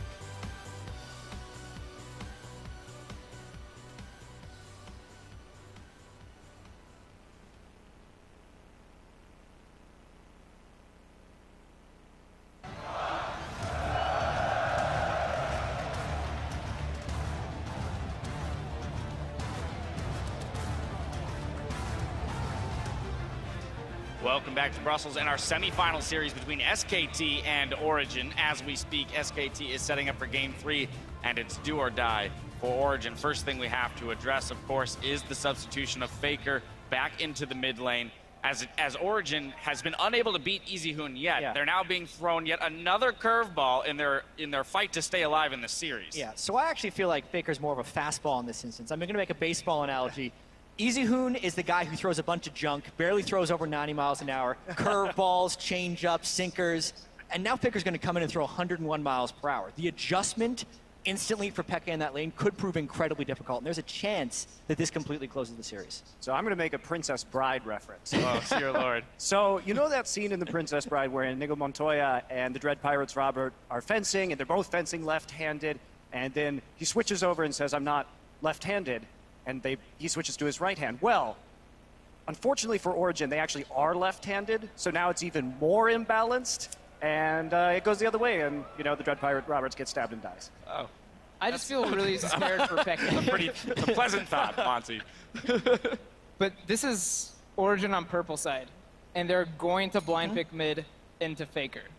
This is why I liked Faker in this matchup, is because now Pekka is playing all these immobile mids, all these scaling mids, and he's blind picking them into Faker. So they have to either change their pick and ban to where Pekka is last pick, or I'm terrified. Yeah, so you think that there's a distinct possibility they will change their pick ban strategy so that Pekka gets that final shot? Well, what Origin's done is they didn't really adapt to the top lane meta that's been coming out. So I doubt that they'll be fast enough to adapt to this, where they need to be last pick in their mid lane.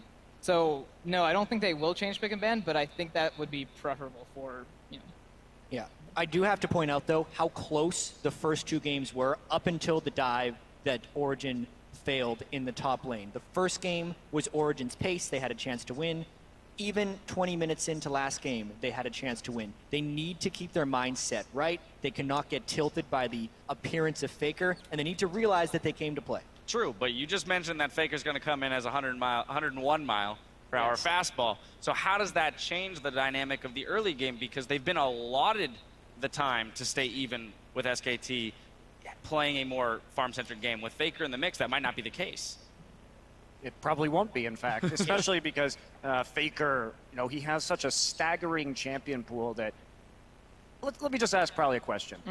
You had to prepare for SKT in groups. How did you prepare against Faker?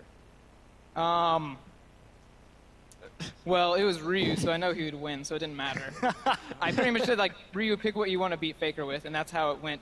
But if I was in those shoes, I'd be terrified, because I'm like, yeah, I get to maybe play against Olaf mid, or Aurelia mid, or Dom Kench mid. I can play against anything. This is a really, really crappy situation to be in when you don't get to counterpick your mid. Well, I mean, Origin is on the red side, so they have the opportunity to counterpick the mid. But they haven't.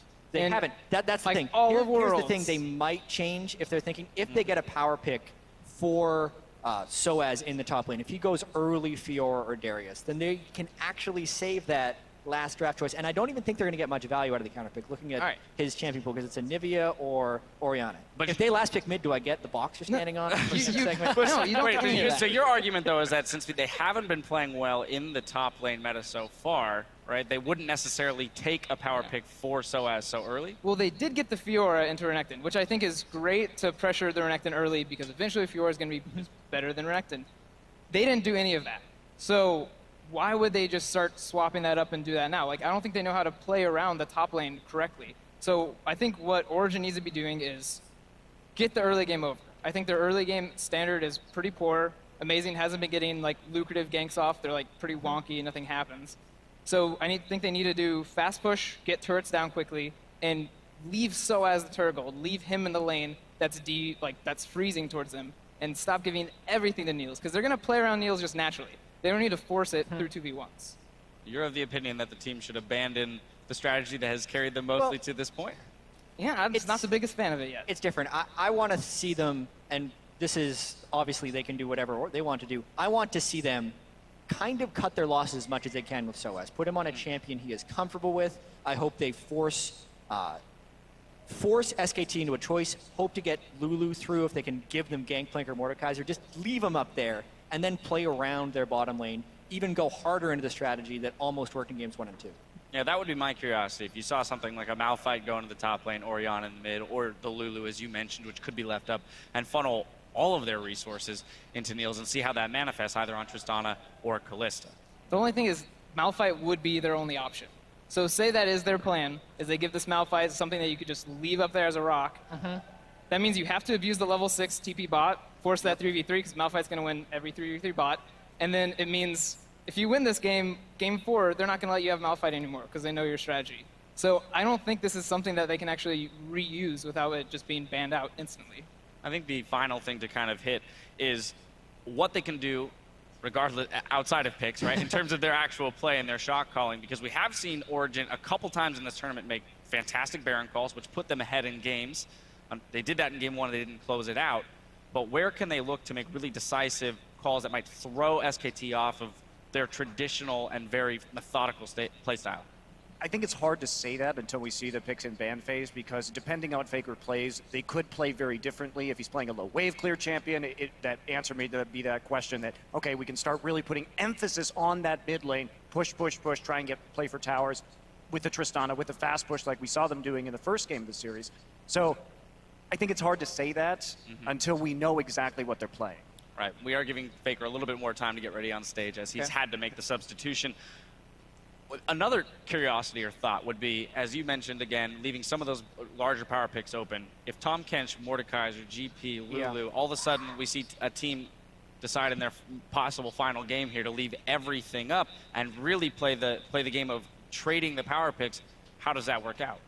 The unfortunate thing is SKT can block, as they did in game 1 when Origin decided to ban out junglers on one side. But if it didn't, I would like to think you first pick Gangplank, because he is the unanimous #1 pick amongst most professional teams. And then you trade that for something like Mordekaiser and X. Hopefully that's Tahm Kench or Lulu. If Origin wants to win, it has to be. All right, well, that's about all of the possibilities that could happen in Champions Life. Let's send it over to Freak, Kobe, and Crepo in the caster booth for the play-by-play. Thank you very much, Dash. And yes, we are getting ourselves ready to get into this matchup here. Faker is in for game 3. We've seen it happen before when the team is down 0-2, and like, Faker, come in and save us. Now they're up 0-2, like, Faker, send us into the World Finals. Like, and you know, I wonder if it's just deciding on Origin's fates. Like, yeah. No. I mean, yeah. What if Faker like actually tanks somehow? He's like, he's got to go back in. Faker, like Faker, the dark Faker, alternate. Faker, Marin, hello. Yeah, no, obviously Marin's the big one. Marin is They didn't bring Marin a sub. They didn't need one. I think Marin is like the best top laner in the world right now. now. Oh, really? Wow, that's amazing. Oh, I want to go into some history. Bold prediction. Yeah, we're going to go into some history here, because Marin has had a long road to this point. Okay. When he came out of solo queue, they picked him up because he was supposed to be the top lane Faker. He was the solo queue star. This guy is a shot caller now. This guy does everything. He used to have this weird thing where he would buy home guards really early, and everyone was like, well, I'm not going to jump on that bandwagon. But he gets so much of an experience advantage from it. He gets so much map control, and he's able to early buy these Tiamats like every game, so he can instantly clear waves.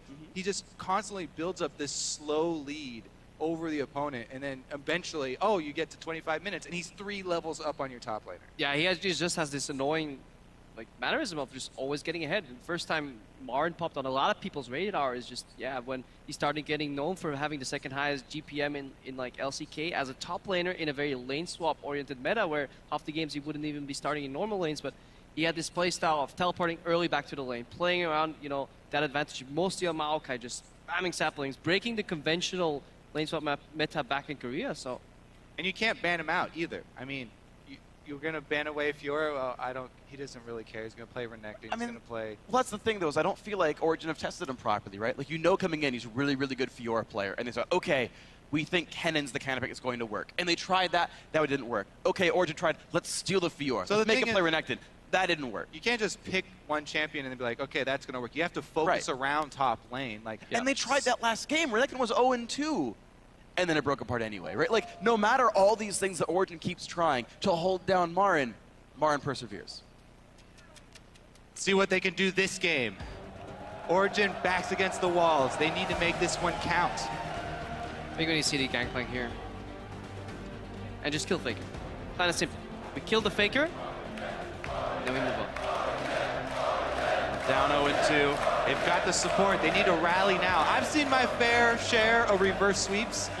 You guys are experts on this matter. I don't know anything about reverse sweeps whatsoever. Never experienced one. I feel one. the Cloud9 vibe flowing through Origin right now. High rips off his jersey. Fills in for Xpeke. I like the Kench ban. Who's right. game So Rek'Sai, Mordekaiser, both up. Gangplank. Yeah, SKT banning out Mordekaiser. This is what we've seen very often. 2 target bans, 1 OP away. GP? We'll take Gangplank. So they give him Rek'Sai. Usually the pick and ban start very similar to how they did over in game 1, but this time around Origin doesn't have those target bans against champs like Azir they had before, so those champs are up for the second round for SKT. It's not a great champion for Xpeke. Meanwhile, the Tom Kench that went early first round, that one's gone now. Now looking at amazing choices for jungle though, it is pretty difficult because Evelyn has been his next go-to, but Evelyn into Rek'Sai is so annoying because of Tremor Sense. You lose out on a lot of the advantages that she does bring towards the mid game and the late game, trying to move around for flanks. You can almost never get a flank off. You can almost never get the surprise off. I like what Origin's hovering right here, picking the Lulu, which you need to. You can't afford not to. This is one of the compositions they actually did the best on protecting Niels. It also fits well into, you can let Lulu slightly lose against Martin in the top lane. You steal away the Alistar, and the Tom Kench is already banned, so pressure on SKT, and more importantly, you hide your jungler until the next rotation, and maybe you can get something nice out of there. Niels has been such a huge star for this team. I like what Origin is doing, like you said, playing around him, getting Lulu to buff him up. Put all their eggs in that basket and see if Niels can outplay. And as the analyst has mentioned, counter-picking against Faker. This Lulu is a flex, so Origin can wait to that last spot to realize, does it go to Soaz? Does it go to Xpeke? And making sure these matchups look correct here. Origin can pick jungle and AD carry next. SKT looking to steal away that Tristana, and with Tom Kench gone, right back to Shen. 2 global moves already for SKT. So Origin, when you have a Lulu on your team, you want to group up, you want to get the team fight, you want to be able to buff up the other members of your team and go for the 5-on-5 team fight. SKT already have multiple tools to move around the map and try and continue to play with multiple points of pressure. And they steal away the Tristana, which means usually a team that runs a Lulu composition against a AD carry, hyper carry, ends up opting in for the Jinx, and they already have really good answers to that, you know, with the Taunt Flash, with the Burrow. So maybe Origin will have to stray from the strategy and try something else. Yeah, plus if they are pulling Origin around the map, Tristana will quickly take down those turrets, and SKT will look to rake in that money. I want to see Lee Sin come out of amazing. Just get some forward pressure, some engage, some creative gank paths, because you can go over walls and surprise your enemy, because so far, every single time Bengi has been reading amazing overall, he's not been able to find any ganks. SKT has been doing well, dodging most of them, and the most of the ganks that works is when he goes over the walls and surprises people with his pathing. And Origin gonna go ahead and stack up some wave clear. Lulu in the solo lane, Sivir off onto one of the sides. The Lee Sin does come through here. So Origin hoping to withstand the early pressure, but their late game is really not here right now. I don't know what they're gonna pick up to make that all work. I don't think you even draft an insurance policy for late game. I think you go all in for mid game for Origin, try and hit that mid-game spike of 2 items, Sivir, buffed up with Lulu, go for the playmaking with Alistar and Lee Sin. I think we'll see Lulu mid and maybe a Darius or Fiora top lane here, overall here, coming out of Soaz in the end. Just trying to snowball top lane, play wave clear, because you only played it, if you lock in double wave clear mid and bot, generally indicates that you want to get a top lane carry out of there. Oh, well, you said maybe cash in on early mid-game leads, but Rumble is one of the kings of early game. From that top side, winning team fights whenever you want with Equalizer, but it is offset by Faker, having a hard scaling Ryze. Ryze can also be dove by Alistar fairly early on.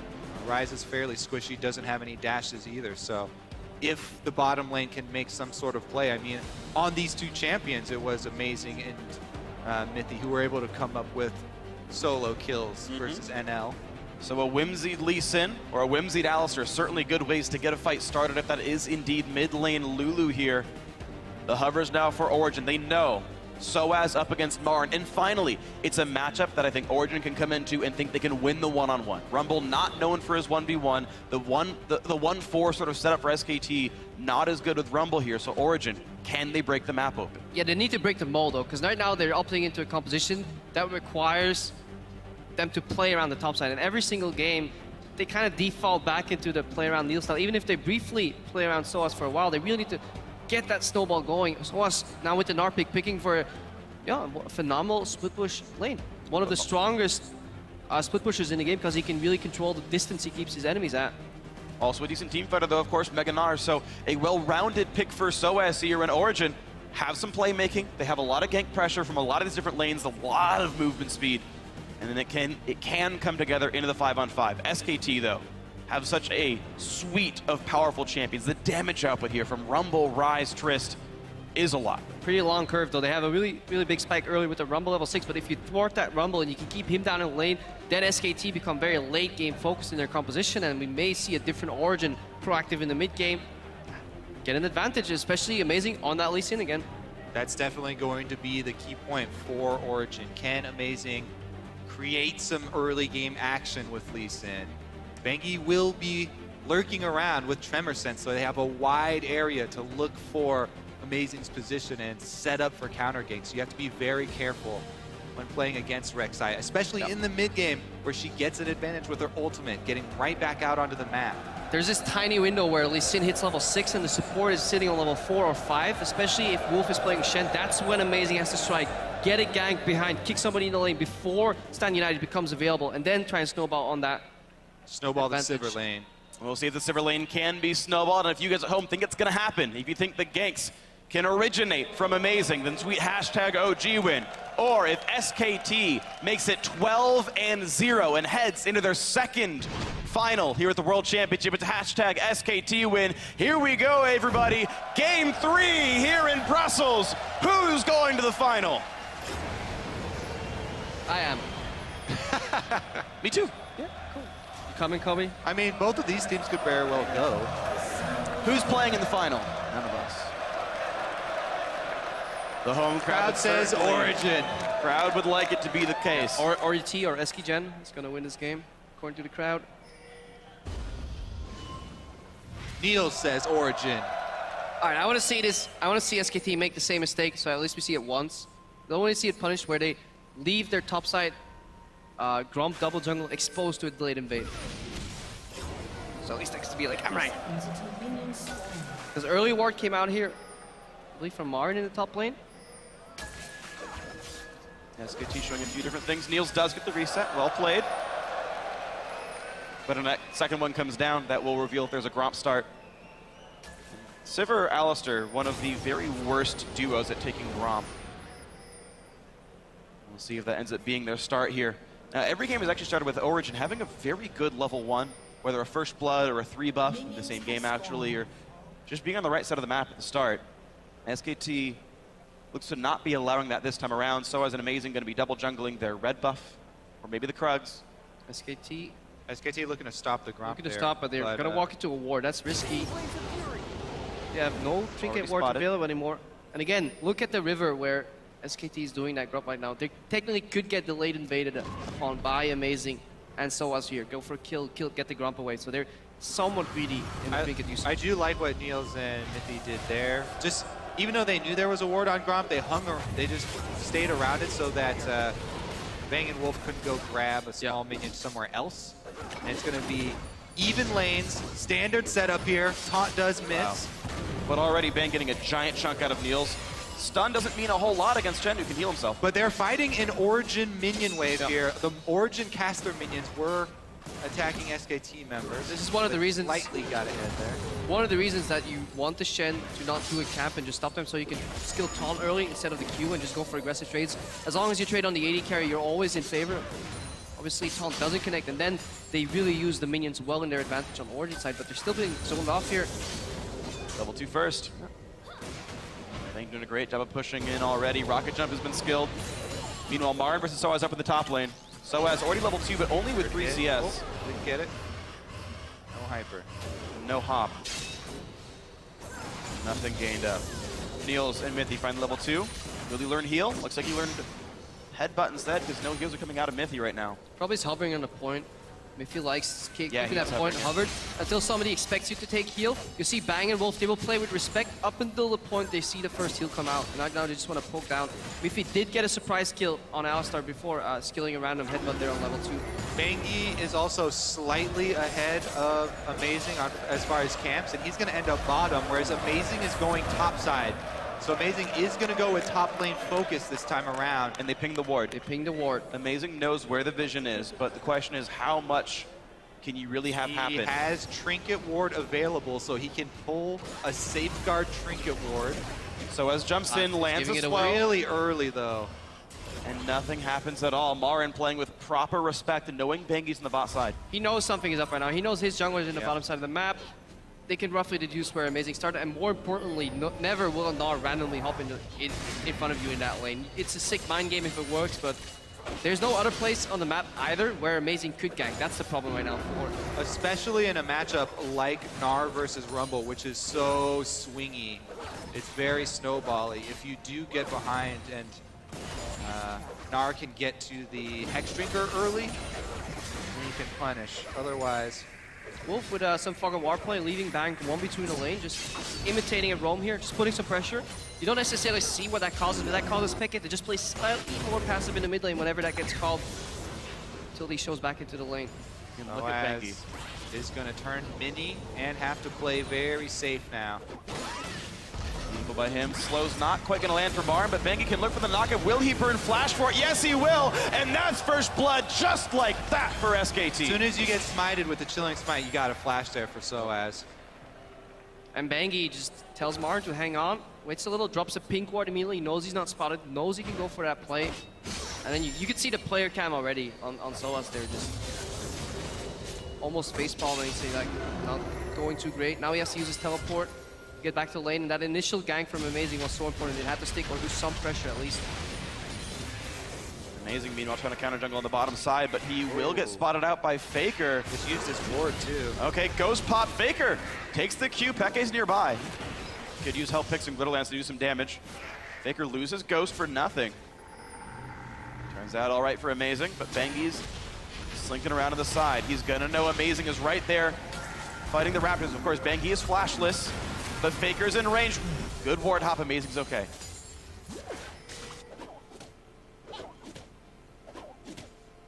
Bookkeeping right now, but it's a small lead for SKT. The first blood putting them ahead. Nice taunt onto Mithy. Good chunk of damage here. They concentrate back, not into a full minion wave. Neil's getting some mana here for wave clear. Now look at the base though. If you see 47 CS on Niels, that means one more wave and then he can get a BF sword. That's why they're just taking some damage, just trying to push it as aggressively as they can. Yeah, he wants that cannon. Yeah. Got it. 55 CS is the mark of a BF sword. Look at Bengi though, he's circling down around bottom side now. Another short taunt. Ooh, good chunk on a Bang though. Of course, he's going to recall himself pretty soon. Bang's only one wave away from getting it. Gotta be careful. I mean, going for these greedy trades or just trying to poke Niels low enough for him to stay, that could turn into a 2v3 really quickly. It's actually a fairly risky invade there for Bengi. I don't think they saw Amazing up top side again. But he is able to get off the prompt counter jungle there.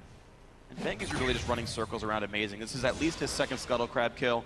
He's already got a first blood and is still tied in farm right there. So great play by Bengi so far. Look at your minimap.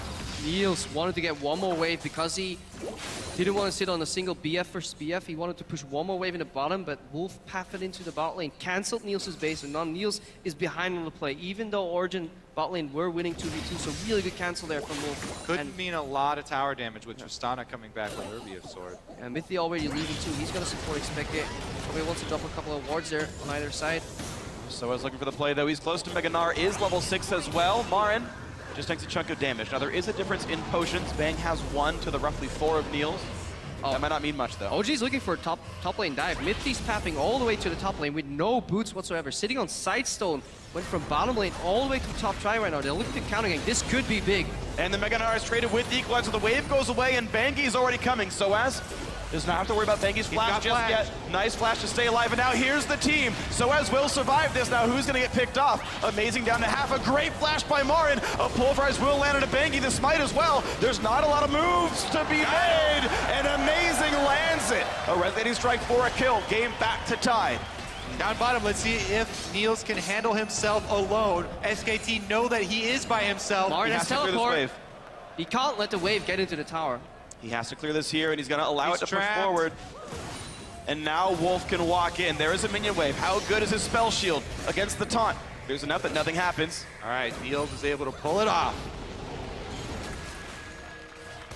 And this is mostly because Faker is running Ghost Flash, so the teleport that Peke has, he could have done that. He couldn't get cancelled. Faker was not in range, so the teleport from Marin could be matched there by Peke, and here we see Amazing. Level 6.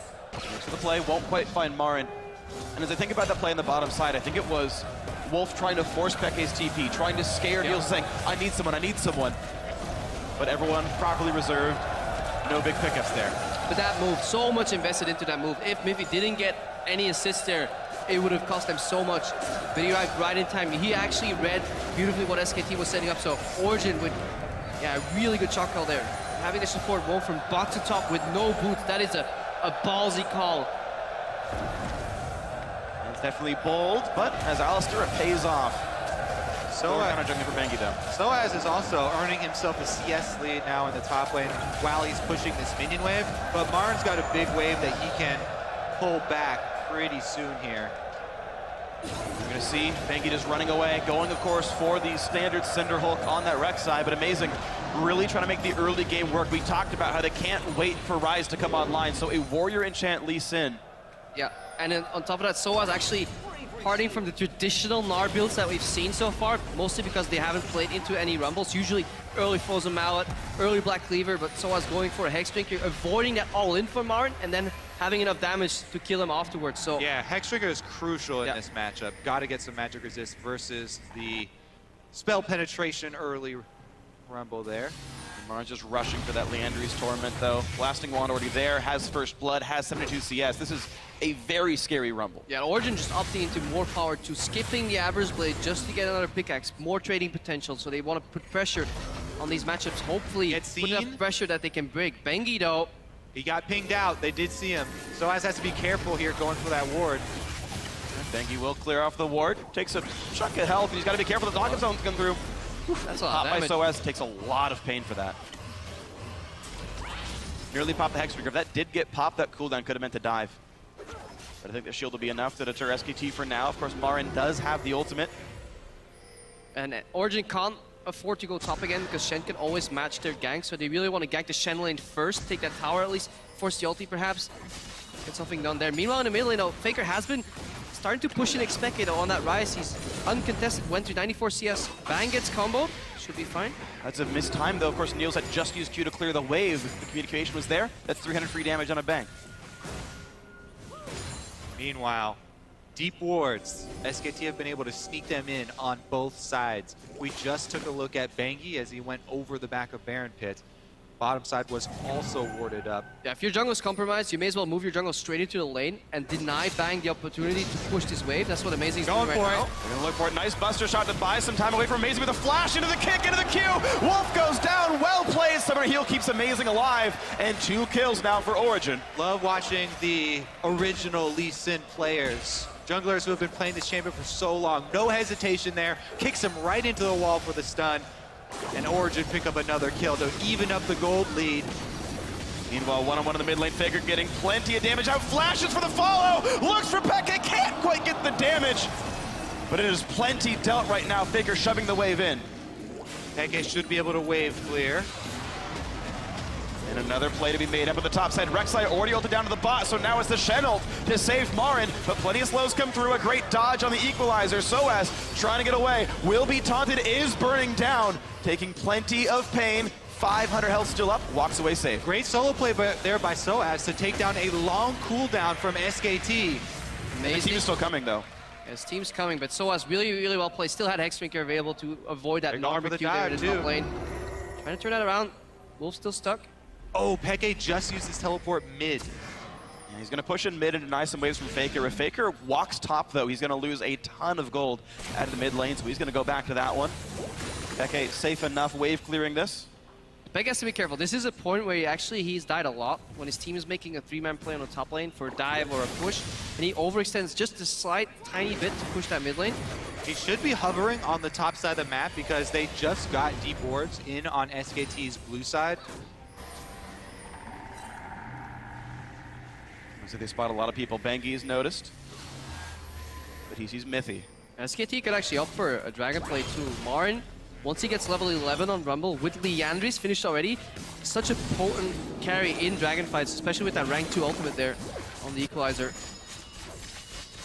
Still some threat in the bottom lane. Wolf spotted. Here comes Bengi. Here comes Bang. Oh, the flash knockup. Niels ults and flashes out. Now Mithy's Kappa pops his own ultimate to stay alive, and all is well for the Origin duo lane. Bengi's time not rewarded. Amazing is on bottom side as well. Maybe SKT try and force the dragon anyway. You can see what they're hoping for there. They try and go for the gank to gain advantage in the lane, at least chunk down the duo lane. But Origin actually very healthy and were able to avoid that gank pretty well. Faker starting to flex though in this lane. Tyr and Rod of Ages both done, and they're stacking up, and he's already starting to win some fights. Now Wolf getting attacked, great kick, great knockup, beautiful play by Amazing, but now Mithy is caught out. He's on the wrong side of this fight. Niels can buy him a bit of time, but here comes Faker, here comes Bang. Good flash by Mithy. But now Amazing's on the wrong side of this fight. Faker's found him. Faker's got the damage. Faker gets the kill. A big mistake from Amazing. Yeah, Amazing trying to collapse, but his mid laner Pekka was still clearing that wave there. Got a little greedy. Really solid kick move there. Isolating Wolf, but that was just... I think that was Amazing getting greedy, not Peke. No, definitely Amazing. Yeah. Amazing's fault there. Just their bottom lane his had mid lane to escaped. come, but just gotta communicate. And for every 2 good plays Origin makes, they make a bad one. SKT not as prone to those kinds of mistakes. You see that fight again. This was so good though. The burst from the Brutalizer Lee Sin, full combo right there from Amazing. And they're able to get out after it. Mithy's going to flash the rocket jump here. And then right here, Lulu just walks back up to the lane. Amazing's still going down. It's probably just a little bit error in his communication. He sees Pekka start the pathing. Usually then you extrapolate, well, in 10 seconds he can be there. I can bait Faker, another shield, EQ, can slow him down. Maybe we can collapse, but I'll stem a dragon. And that's what Origin generally have been like. Really solid plays, a couple of nice ones in a row, but then they release the pressure. You can't choke somebody out if you give him some time to breathe every 5 seconds for every 30 seconds you choke them, because eventually you're not gonna pass out, whereas SKT, they'll just keep choking you and eventually you'll pass out. And this is gonna be the next attempt for this one. Marin has popped ulti, but with no minion wave there. Amazing, afraid of taking aggro. Does take a couple of harpoons to the backside, and Marin navigates away from the 1v2. Now Mithy, attacked by Bangi. And the Rumble's close by. Red buff is on, so Mithy slowed down. He's getting more and more damage, more and more health is gone, and a smite kills him off. Huge misplay, and now the fight continues. Peke also limps in. He shouldn't have. He goes down, 2 for 0. Bot lane turret dead as well, and it's getting worse.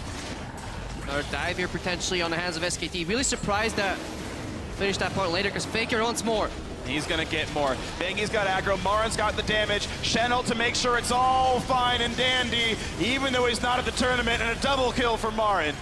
Yeah, I'm surprised Mithy didn't opt to take the Scuttle Taxi home. Just W to the Scuttle Crab, then walk away, but he probably was afraid of a collapse there from Faker, but... It felt to me like they were trying to bait, because he didn't immediately headbutt Rek'Sai away or anything there. So I think that Origin were trying to bait that in, and they thought he was alone for some reason. It's not the case, and it's now a wide open game. SKT up nearly 4,000 gold already 17 minutes in. The games are getting worse and worse for Origin fans here. No turrets, no dragons. Very little to say for these guys. Yeah, SKT they just capitalize so well off certain like minor, mistakes. Mithy basing in the enemy jungle, getting stopped, and then they want to turn that around. Just didn't quite get it, and really good roll from Faker, and Faker right now pulling ahead in this Lulu matchup already. Forcing the flash away now, Amazing looking for the play, but Ghost makes him run pretty fast. Faker knocked back towards the turret, a great insect by Amazing, and it does become a kill. Again, good plays can happen for Origin, but they keep letting up the pressure. Yeah, I really like Amazing's Lee Sin though. This is exactly what they needed, some early ganks, some creative plays. He's simply perfect execution on that kick flash into Spec and predicting it with the Q2. Probably wanted to see that more in game 1 and 2. Meanwhile, they're able to gain an opening here. First turret down on bottom lane, and Soaz has presence on top side. So he's pushing in a minion wave himself. They just need to avoid confrontation in the middle of the map. Everybody's on the way top side, so Bengi's now the one who has to run away. And he's going to.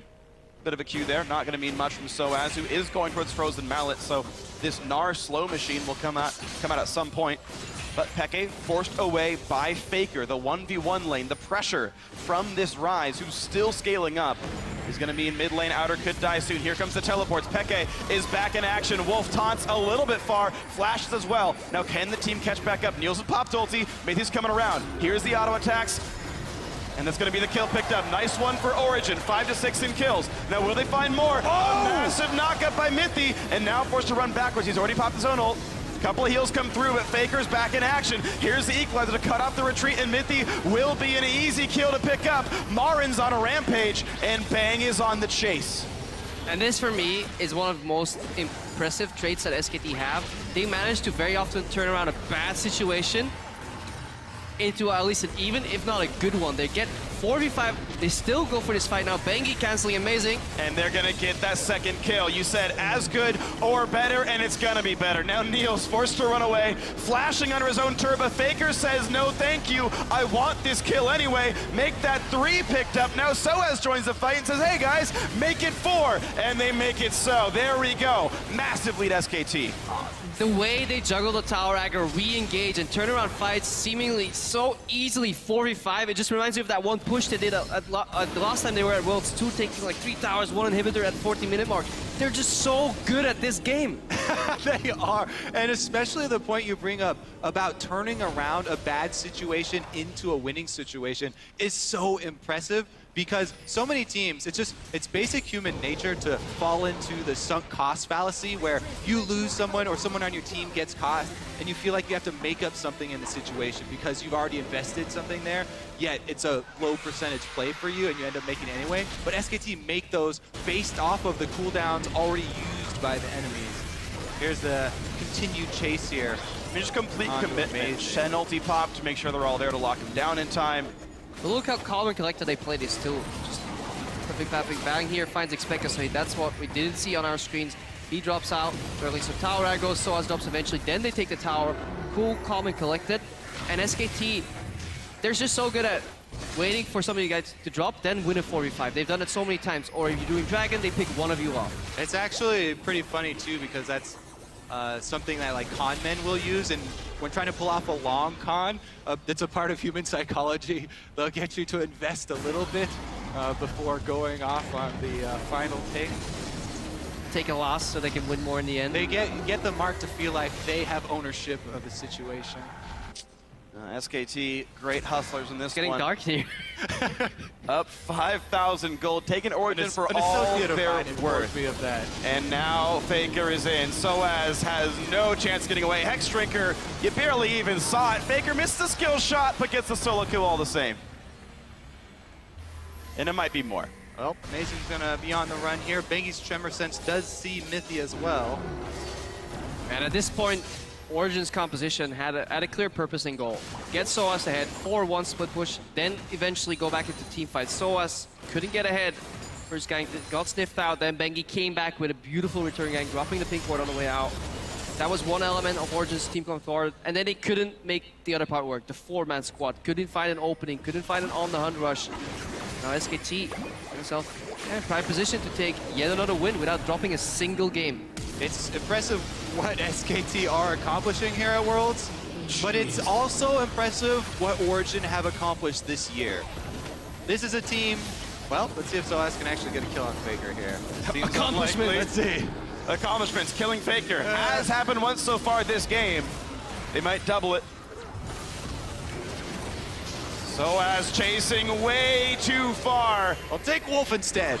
All right, well, less valuable kill. Wolf is sacrificing his KDA. But back to what Origin have accomplished this year. They've had such a crazy run. This is a team that was just formed. Peke put it back together. They worked their way all the way through the Challenger Series with goals of just being a mid-tier EU LCS team. And they've made it all the way to semifinals at Worlds.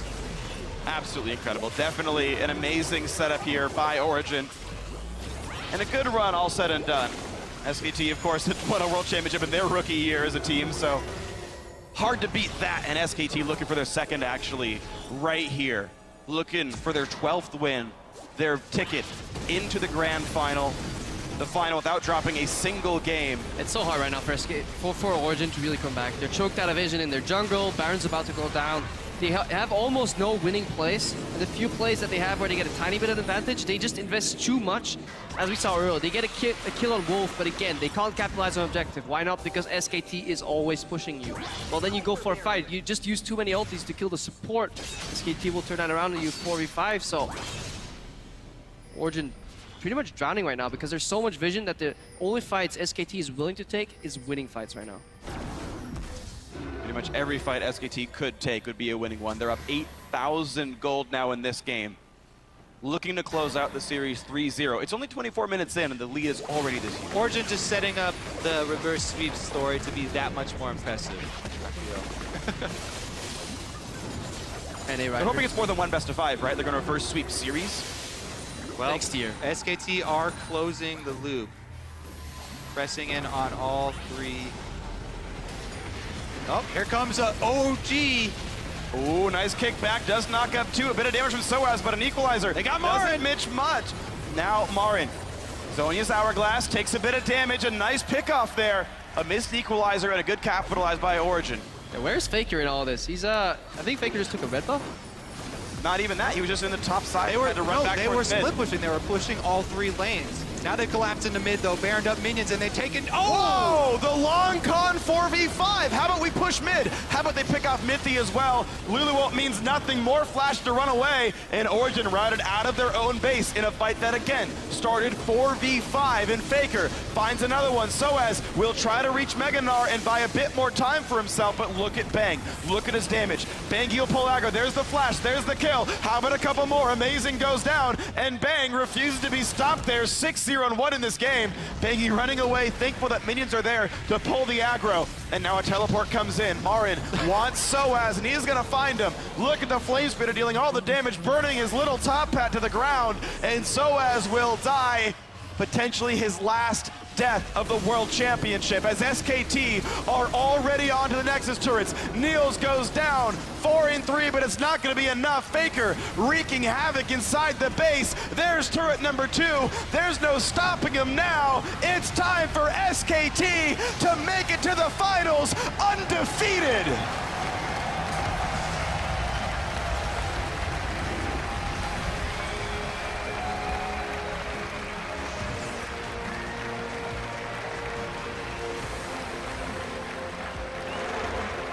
No team has ever made it to the final without dropping a game.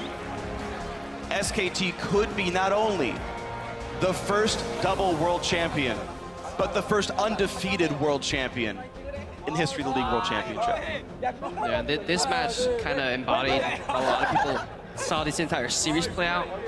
Quick-paced game where just SKT outmatches, outmaneuvers Origin, but we can't forget, especially game 1, just Origin doing a lot of great things, giving SKT a run for their money, but now, especially in game 3, you saw the mental aspect way into, not on Niels, he's always smiling.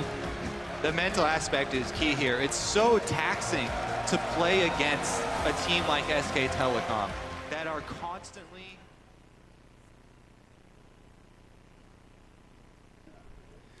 So, ja. Faker Storm Forever, definitiv. Ist es ein sehr schnelles Spiel gewesen. Ja, das ist die desolateste Vorstellung von Origin auf jeden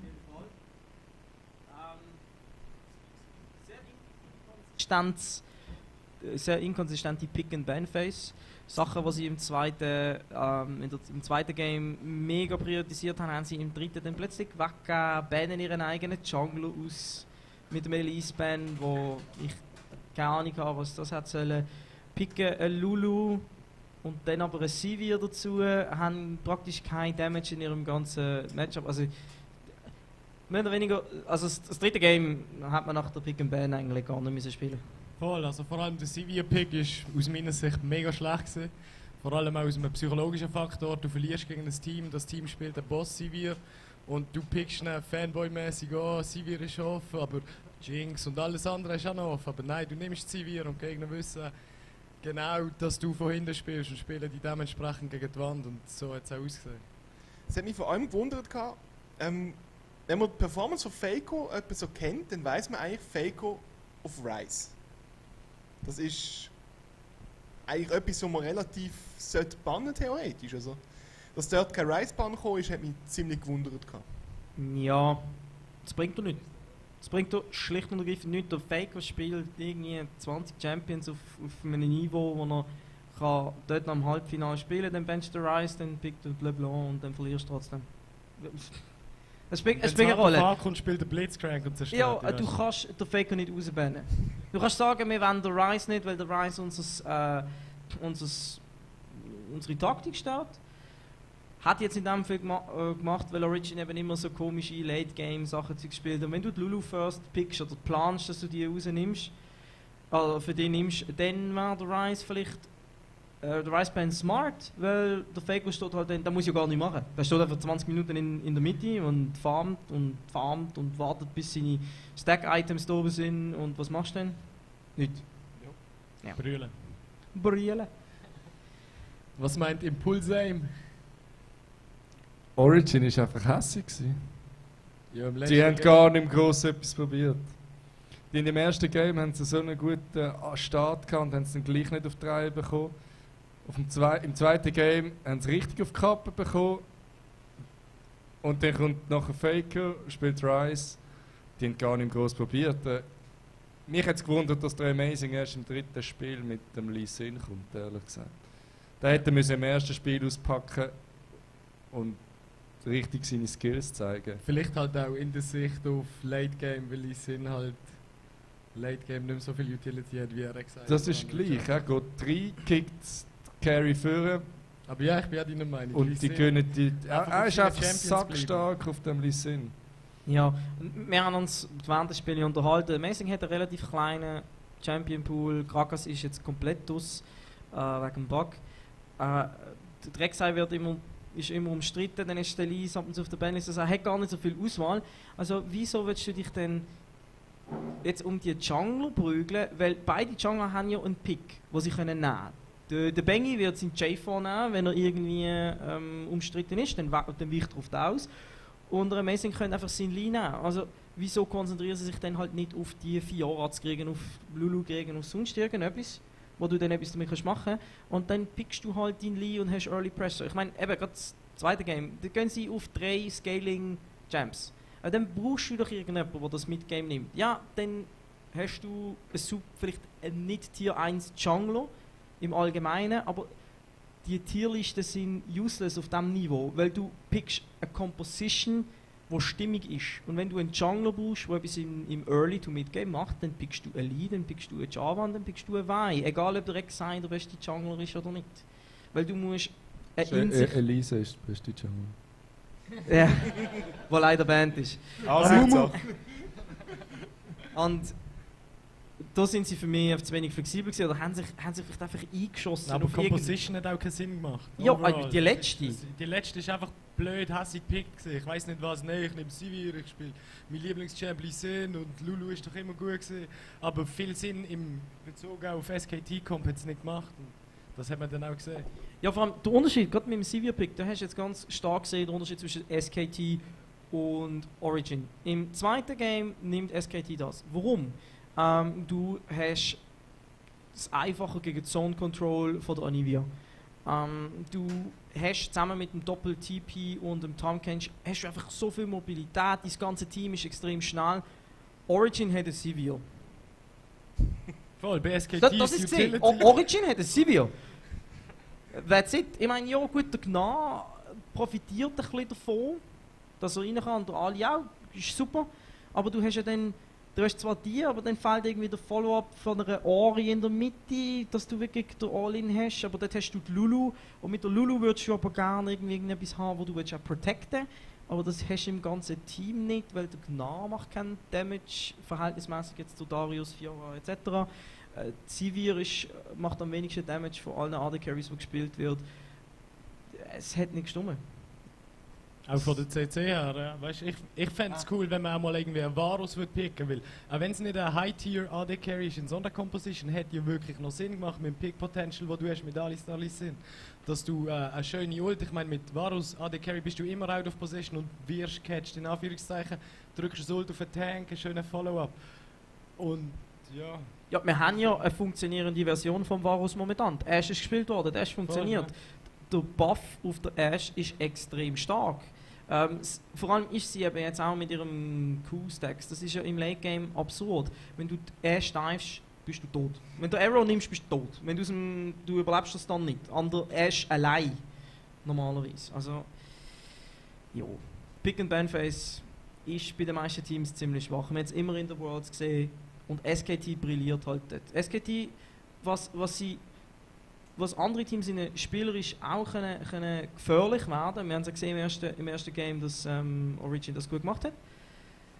Verlieren sie halt einfach auf der strategischen Ebene. Die Late-Game-Rotationen und Teamfights sind so viel besser. Wir haben hier Teamfight im River, wo sie catchen Origin, Origin catcht SKT gegen jemanden. Ich glaube ihre Jungler oder so haben sie erwischt. Und dann hast du schön gesehen, wie SKT ganz langsam mitrotiert und dann irgendwie das gegnerische Team aced. Weil sie sich einfach nicht aus der Ruhe bringen lassen und einfach sauber mitrotieren, bis sie wieder in einer Position sind, die richtig ist. Und dann frage ich mich ab und zu, wie Origin einfach dort steht, selbst Wards hat und es einfach nicht merkt, bis...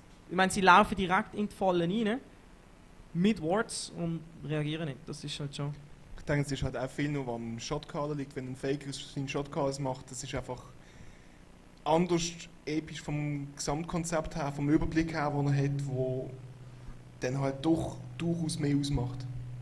Ich glaube, dort hätte irgendein einen Shot goal. Also Origin ist mega tilt gesehen. Das hast du auch in ganz kleinen Situationen gesehen, wo sie einfach sehr unsauber gespielt haben. Hier eine Sekunde, hier 2 Sekunden verloren. Ja, also der Gnar ist ja super gewesen am Schluss noch, wenn er da chased hat, TP kommt. Scheißegal. Ja gut. Halt. Ja, dort ist halt gelaufen gewesen. Ja. Dort haben sie gewusst, dass es vorbei ist, weil der Bang ist ja an den Turrets gesehen und es sind ja noch 2 down gewesen. Er hat auch nicht mehr gebracht, wenn er umgedreht hat. Was meint der Fnatic? Schlägt die SKT? Das wird spannend. Ich habe meine Prediction mit dem schon abgegeben. Fnatic muss das morgen zuerst noch zeigen. Easy win. Easy. Huni. Ja, Huni. Ich hoffe auch noch auf den European Dream morgen, aber auch sie haben einen Gegner, wo man zuerst muss zeigen, dass man das schlägt. Und auch Fnatic hat ihre Schwachstellen gehabt, haben Einbrüche gehabt, wenn sie eben Konsistenz, wenn sie die morgen nicht haben, dann sind sie halt je nachdem einfach ein 3-0 weg. Oder? Ja, das ist schon so. Aber ich denke, wenn jemand den Asiaten stehen kann bieten, ist es Fnatic. Ja. Und dann... Und nicht Origin. Und dann haben wir Boss-Final. Und Europa gewinnt. In dem Fall würde ich sagen, schließen wir die Runde mal so wieder ab. Ich danke euch Trainer fürs Kommen, freue mich schon auf morgen. Danke. Und dann kommen wir noch zu unserer Verlosung.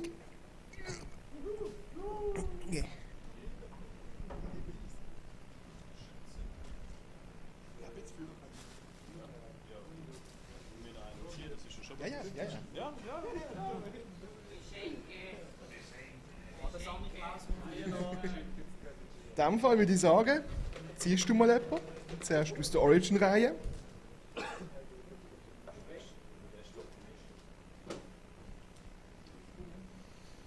So, unser dritter ist der Benny. Mit Herzli auf mich. Der ist schon gegangen. Der ist schon gegangen. Schade für ihn. Ja, aber der kriegt den Hut, kann ich nicht dann. Ziehst du nochmal einen? Ja.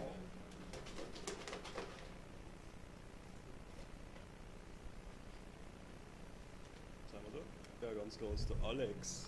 Alex mit einem Kreisli rechts oben. Ist der da? Der kann schon mal vorkommen.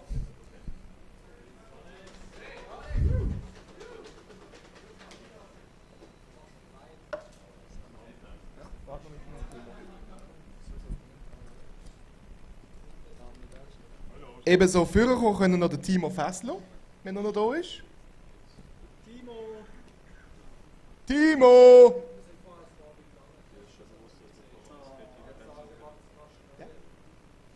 Also dann können wir von der Origin-Seite nochmal jemanden ziehen. Oh, vielleicht schaffe ich es noch. Dann läuft es nicht. Dann gehe ich heim, dann gehe ich auch. Ich bin jetzt so nicht gut. Ist wenigstens der NCS3 da, der NC53? Der ist da, wunderbar. Und dann haben wir noch den Dominik K. Vega. Ich denke, wir zeigen es mal schnell. Ja, es sind nicht die zwei. Ja, können Sie führen. Zeig mal schnell. Ist das jemand, der noch da ist? Ja, man sieht es wunderbar.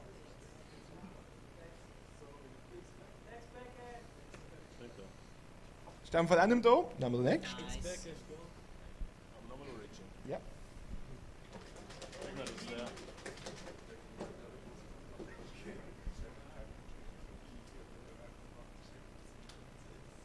Und dann haben wir noch einen Dennis Gasso. Das tönt nach. Wunderbar.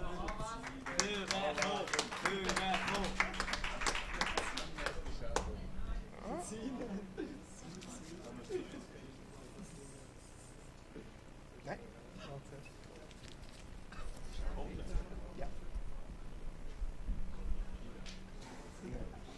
Also, wir haben 3 Namen. Wir ziehen von hinten nach vorne, es bekommen alle etwas. Auf jeden Fall. Das heisst, Luca, du darfst einen rausziehen. Komm, schütteln, komm. Ja. So, der dritte Platz von diesen 3 ist der... Der Enzi! Der Enzi! Hey. Der Enzi kriegt noch den letzten Poroball von heute. Der zweite Platz.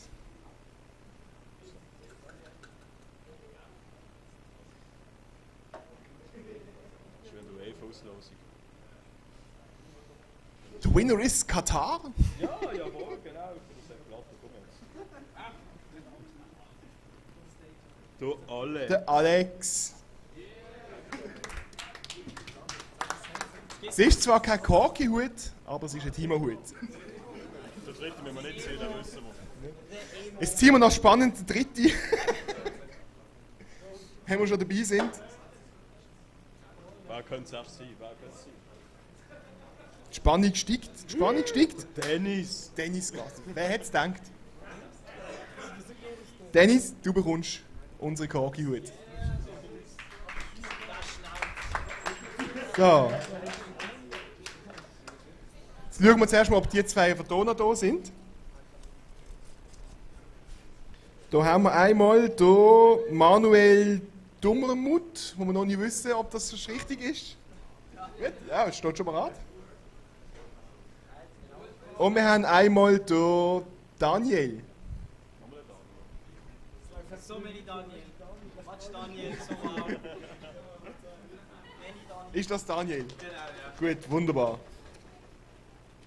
Jetzt fehlt nur noch jemand, hä?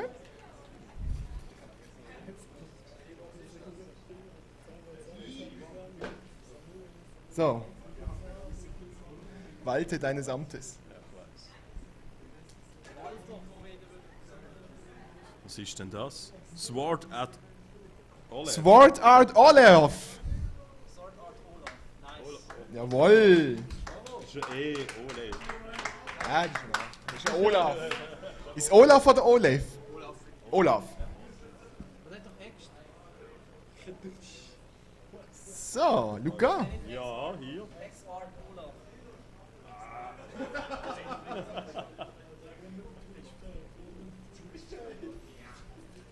Einmal. Nummer 3 ist der Olaf. Der Olaf. Ich finde, das passt sogar recht gut, weil du siehst nach einem L aus, oder? S6 T-Shirt. Nummer 2.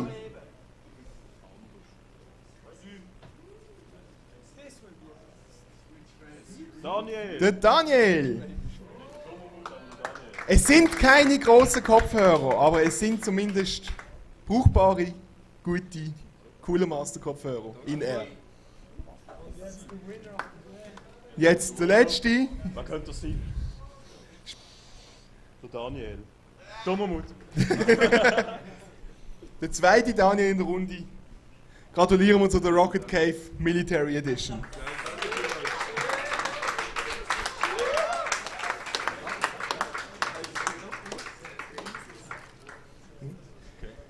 Danke fürs Mitmachen. Morgen gibt es dann ein Logitech-Combo zu gewinnen, Tastatur und Maus, 103 und 407. Und wer ist jetzt alles für Origin gesehen? Hand auf. Da muss ich aber weit hinterher werfen. He? Jetzt kommen jetzt noch ein paar Granaten. Es kommen jetzt noch ein paar Granaten geflogen. Under the ground.